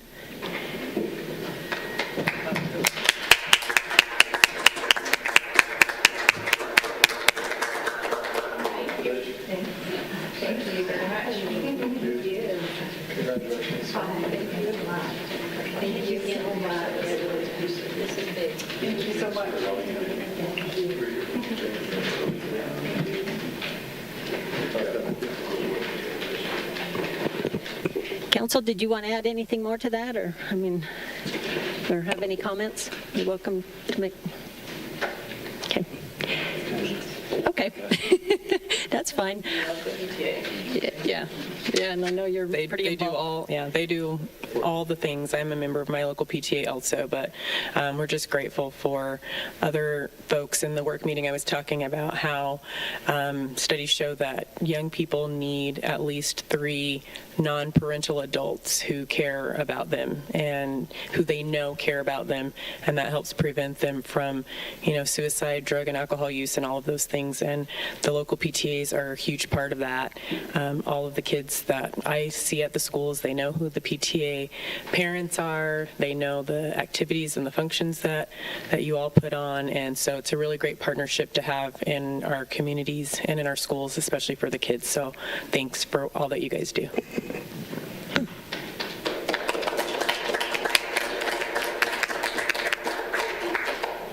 Okay. With that, let's go ahead and go to, our citizens comment portion of our meeting. And please, if you can, come up to the mic, state your name and just what city. We don't need your address, but certainly feel welcome to go ahead and address this governing body, and understand that no dialogue. However, we'll get back to you. And if there's more of you that speak on the same topic, hopefully just know that we'd prefer you to stay to 3 minutes, but go ahead and take your time. Okay. Dave, are you worried about that breaking of the tidal wave for an undertow or something? I'm Dee Rice, retired Davis School District employee, and I live on Oak Lane in Layton. And I'd like to address the council about the dangerous situation we have on our street. We are ever so grateful that they've repaved that road, and it's wonderful, but it's become a raceway, and we've had many situations. Myself has witnessed, just on Friday, a neighbor called me. Actually, her husband called me. She was too upset. A deer had been hit, a baby deer had been hit right in front of her house. She dragged it onto her driveway, and later it did get up, but it crossed the street, fell into the ravine. It wandered off somewhere. Don't know what happened. But that's the second deer that's been hit in like a couple of months that I know of, and I'm just one neighbor. What makes this last incident really dangerous and scary is that where my neighbor's house is located, there's a cul-de-sac of which Megan lives with her children. And the cul-de-sacs and there are many that empty into Oak Lane, they're on a hillside. And so the kids are playing, they're on their bikes, they come down the hill, they try to stop, some do anyway. And if they don't make it, now that was a baby deer. What if it was a child? And all of these cul-de-sacs now have children in them, and all of them do the same thing. They're on a hillside. They come down into the lane. And there's nothing there. The people are just racing by. We have no street signs that say, we know that it's supposed to be speed limit 25. Nobody does 25 except us, or less. We did ask when they originally put the road in what they could do to stop the traffic, the speeding down the street. And we were told that they would put a trailer that would determine, the speed and flash when you're going too fast. Instead of it coming onto Oak Lane, they put it on Case Creek Drive. And I think they've had one there twice, but never on Oak Lane. And it's just become this big speedway, and I'm the old person that's yelling, slow down, all the time. But Megan can tell you her personal situation with her daughter and what recently happened. And we have another neighbor that couldn't be here tonight. He said his kids were hit twice, and so was his dog. Said he'd addressed the city. I don't know if it was with the council, but he said nothing happened with it. So we're here to see what you guys can do. Hopefully, minimum speed limit signs. I know you can't do speed bumps, but we were promised a trailer that would have the speed and flash and, let people be aware. They did have a police presence for a little while. They did do that, but, they can't be there all the time. And I'm just fearful one of those children is going to be hit, and that's just going to be a bad situation. So I'll let Megan speak. Hi, my name is Megan Kroll, and I live just off of Oak Lane. And just last week, I was taking my children to school to the bus stop, and my daughter, who is fearless, I'll admit, darted out into the road, and a car was coming way too fast, had to slam on its brakes. I did not even have any chance to react. I could just hold my breath and say a prayer that it was going to be okay, and luckily it was. But then the very next day on that same road, that baby deer was hit, highlighting just an ongoing issue that we're having. Now, the problem with Oak Lane is it's not a straight road, it curves. And so when people are flying down the road, which they often are, and we've resorted to being crazy neighbors and yelling and, slow down, you can't see what's coming. You can't see, and we do have a lot of deer in the neighborhood. We have a lot of critters. It's heavily wooded, but at this point we are seeing a lot more families move into the area with young children, and so it's just become an incredibly precarious situation, and we would love to see what the city could do to help us out. Thank you. Okay, thank you. We do have that mobile trailer that we can move around, and so we'll make note of that. Okay, is there anyone else who would like to address the council?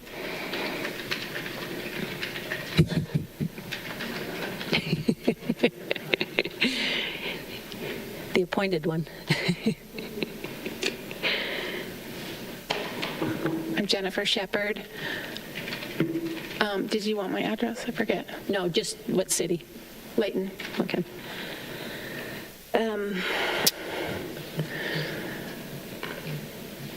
Way to go on the wave pool pump. Paid for by ramp taxes, but something I'll never use. Nor will I use the $700,000 bathroom upgrade happening to Andy Adams Park. Nor will I attend the concerts because they're too loud. I don't have kids that live in the city to participate in the other arts things that go on. But what I would participate in and feel like I represent a large proportion of the city is the need for a dog park that could be paid for with ramp taxes. It's on the ballot, and I'm conflicted as to whether I want to vote for it or not, because I really don't feel like with my situation, they really benefit me. And they could, it could a lot of people with getting a dog park. You know,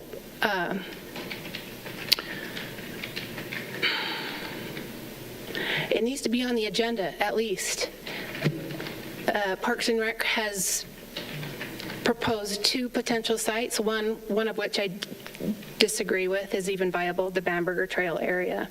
But the David Weekley, yeah, that has potential. Let's talk about it. There's other areas too that could make great locations. The Mutton Hollow Retention Basin, the Holmes Creek irrigation area. There are places, there's money, there's additional grant money. I appreciate, Bettina, what you said in your prayer about wanting Layton residents to be happy and have places to gather and form friendships. For me, that would be a dog park, and for many other residents. I will forewarn you, there's been some media interest in this issue as of late. I'd like to be able to say that Layton is supportive and cares and is forward-thinking enough to provide a safe place for the many, many dogs that are in this high-density city.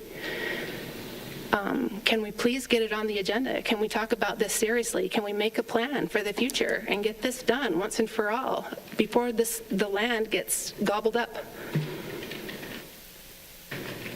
You know, I want to vote for people who are going to represent the needs, and I've been in front of you many times now, and the commission many, many times, and it goes nowhere. It's very discouraging.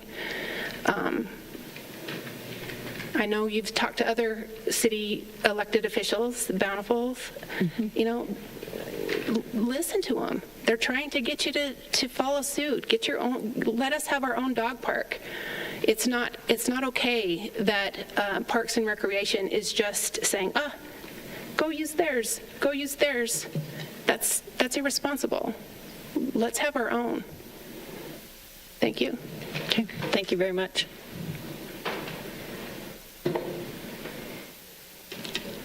I'd like to also say that I agree with her. I've been a resident of Layton City for 26 years now, and I've had many dogs and no real place to take them where you allow dogs, even on leashes. I noticed Layton Park, it's beautiful. I'd like it to keep beautiful, and I get that, you know, a lot of people don't do what I do, which is pick up after my dog. But if there was a dog park where dogs could run around and everything, maybe it would help the other parks not to be so messy, because they have to clean up at the dog park. And it's been a long time, you know, to not see a dog park in this city. It's grown so much in the last 26 years. I'd like to see that too and have it considered for a vote for ramp. Yeah, thank you. Okay, thank you.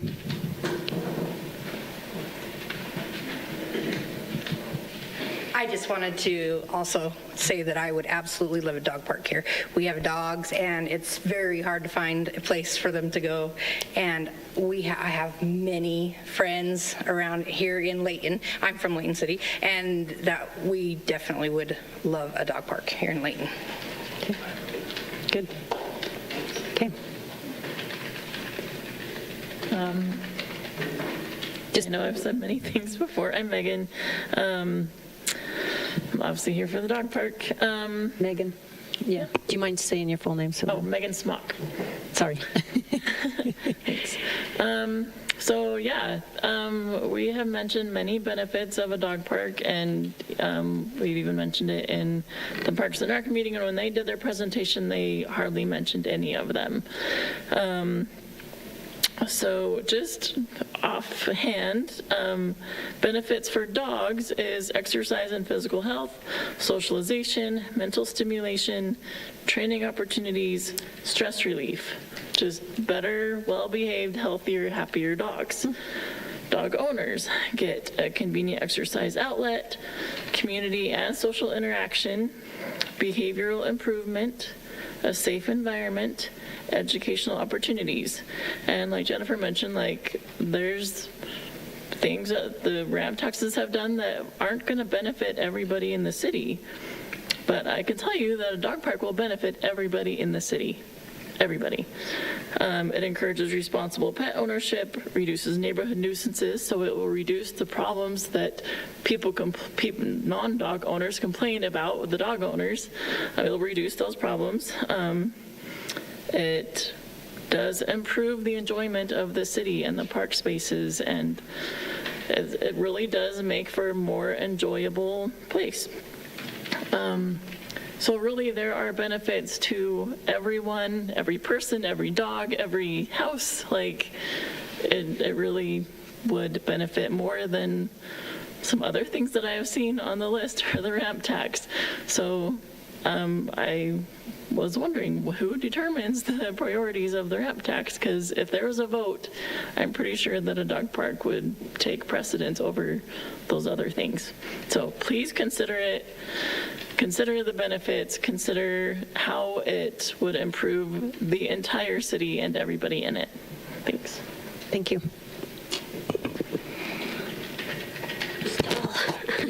I'm Tanya Andrade-Burry, and I'm here to support also the dog park. I think whether you're a dog lover or not, I think it benefits everybody. So I think she made all the points of it also reduces the off-leash illegal behavior. It gives us a place to actually take our dogs, and I think they can become better citizens, canine citizens. So that's all I got to say. But thank you for Thank you. Okay, is there anyone else? Okay, I know I'll just speak my own mind here, and council, if you want to chime in, you're welcome to. Typically, we don't comment here because, we don't want to get into any type of argument whatsoever, but tonight we have a very light agenda. So I know that this has an issue. I know we've tried several different areas. We did try the Mutton Hollow area. We got a big pushback on that. I know that there's some other property that we looked at. Unfortunately, that went by the wayside. And I can tell you, I personally have reached out now to 4 different private owners of property to see if they were willing to put in a dog park. So I can tell you it's not going unlistened to, but yes, as a governing body, we can have this discussion with us and then be able to kind of decide how we want to go about this. But I'm not the only one trying to work this. I know we want, we do want to try to solve this problem, but unfortunately, it's the ground and the location of the ground. Because we have done our due diligence with a lot of other cities, and unfortunately, the closer you have it in a neighborhood area, which you would think would be the most beneficial use because it's walkable for folks, that's also where you get the most contention, and it ends up being more of a nuisance than what I know the rest of the people would like it to be, including myself. So I'm personally working on it, and I will continue to work it.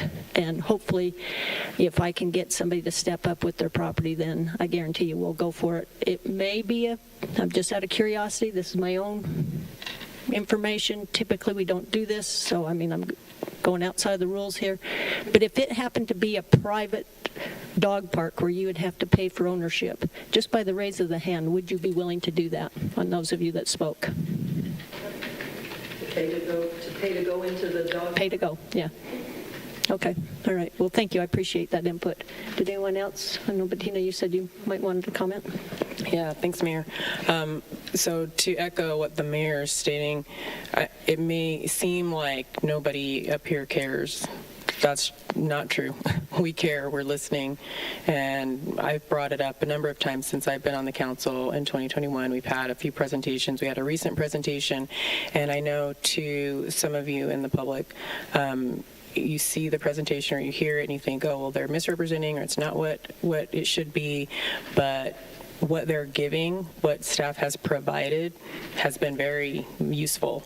At least it has been to me. I'll speak for myself. It's been very useful to me to know of the areas that they have reviewed and the options that there are. And so just with anything, I was going to plug the ramp tax earlier. Many of you have already spoken on it, so maybe I don't have to do too much. But when it comes to parks, there are monies that we use to build those, including the ramp funds, but also impact fees and things of that nature. And so there are processes in how long it takes for things to be actually built. And when we do put things in place, we want them to be done right.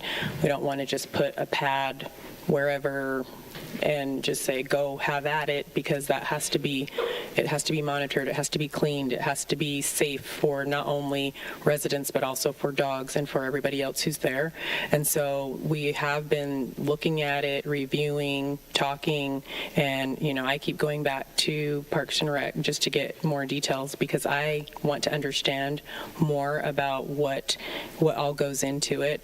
And one thing I will mention that has been a little bit difficult, I would say, probably for me personally, maybe others, when we do talk to other cities, we don't hear as favorable recommendations as are being presented here with what they have to do to maintain. And so there are a couple of options that have been presented to us that I think are really awesome. And those are options that I'm interested in looking forward to and pursuing. And those are things that I've been doing as well. Like Mayor says, she's been doing other things to try and make sure that we can come up with something for the residents. Unfortunately, nothing happens as quickly as we always want it to happen. But I don't want anyone to feel like we're not listening and we're not moving, but things do take time to be done correctly. And I agree, with all of that you all have said. They will benefit the residents, they'll benefit all of us, those who have animals, those who don't. Those are not the questions. There's no hang up in our mind about those types of things. It's about doing things the right way and making sure that when it is done, it's a benefit to everybody and that it's done well.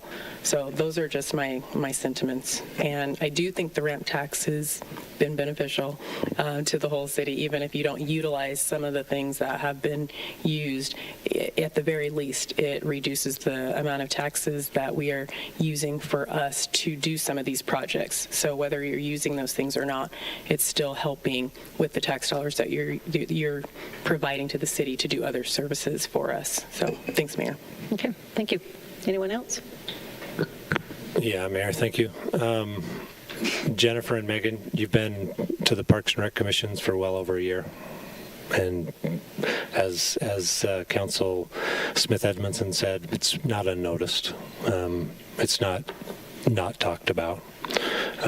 We understand the desire. At the same time, as Councilmember Bettina also said, government doesn't work really fast, and it's tough to make capital improvements, especially. We finished a park last year that was in the works for many years, and desired by residents a long time before that. So one other, I guess to answer one question of as far as ramp decisions that are made, we do have a ramp commission that's made up of residents across the city, and it's incredible the amount of time that they spend on ramp applications and where that money goes. So I don't want to, I want to give all that credit to that commission, to the Parks and Rec Commission, and to Councilmember Morris that sits on that commission as well. Great work is being done, and also, one other factor, and I know Jennifer and Megan, you're familiar with this, but the Parks and Recreation has a master plan as well, and that master plan is a document that is formed by the citizens of the city, and the priorities in that document we have to follow to some extent. If we took dog park that was on the lower end of the last time it was renewed, and we jump that up to the top, then there's a lot of residents that are losing services that ranked higher. So we have to take that into consideration as well. as we've told you, that's in the process of being renewed. So, I mean, yeah, there's a lot that goes into that, and we're trying to provide the best services to our residents, but it doesn't happen that fast. It's major capital expenses like that. So, thank you, Mayor. Yes, thank you. Okay, council, we have no other business on our agenda tonight. Do any of you have anything else you'd like to speak on? Otherwise, I would entertain a motion to adjourn.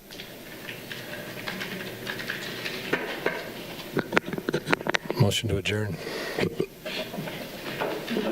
Is that a second, Dave? That's a third. Okay. All in favor, say aye. Aye. Okay. Thank you, everyone, for attending this short meeting tonight. We appreciate your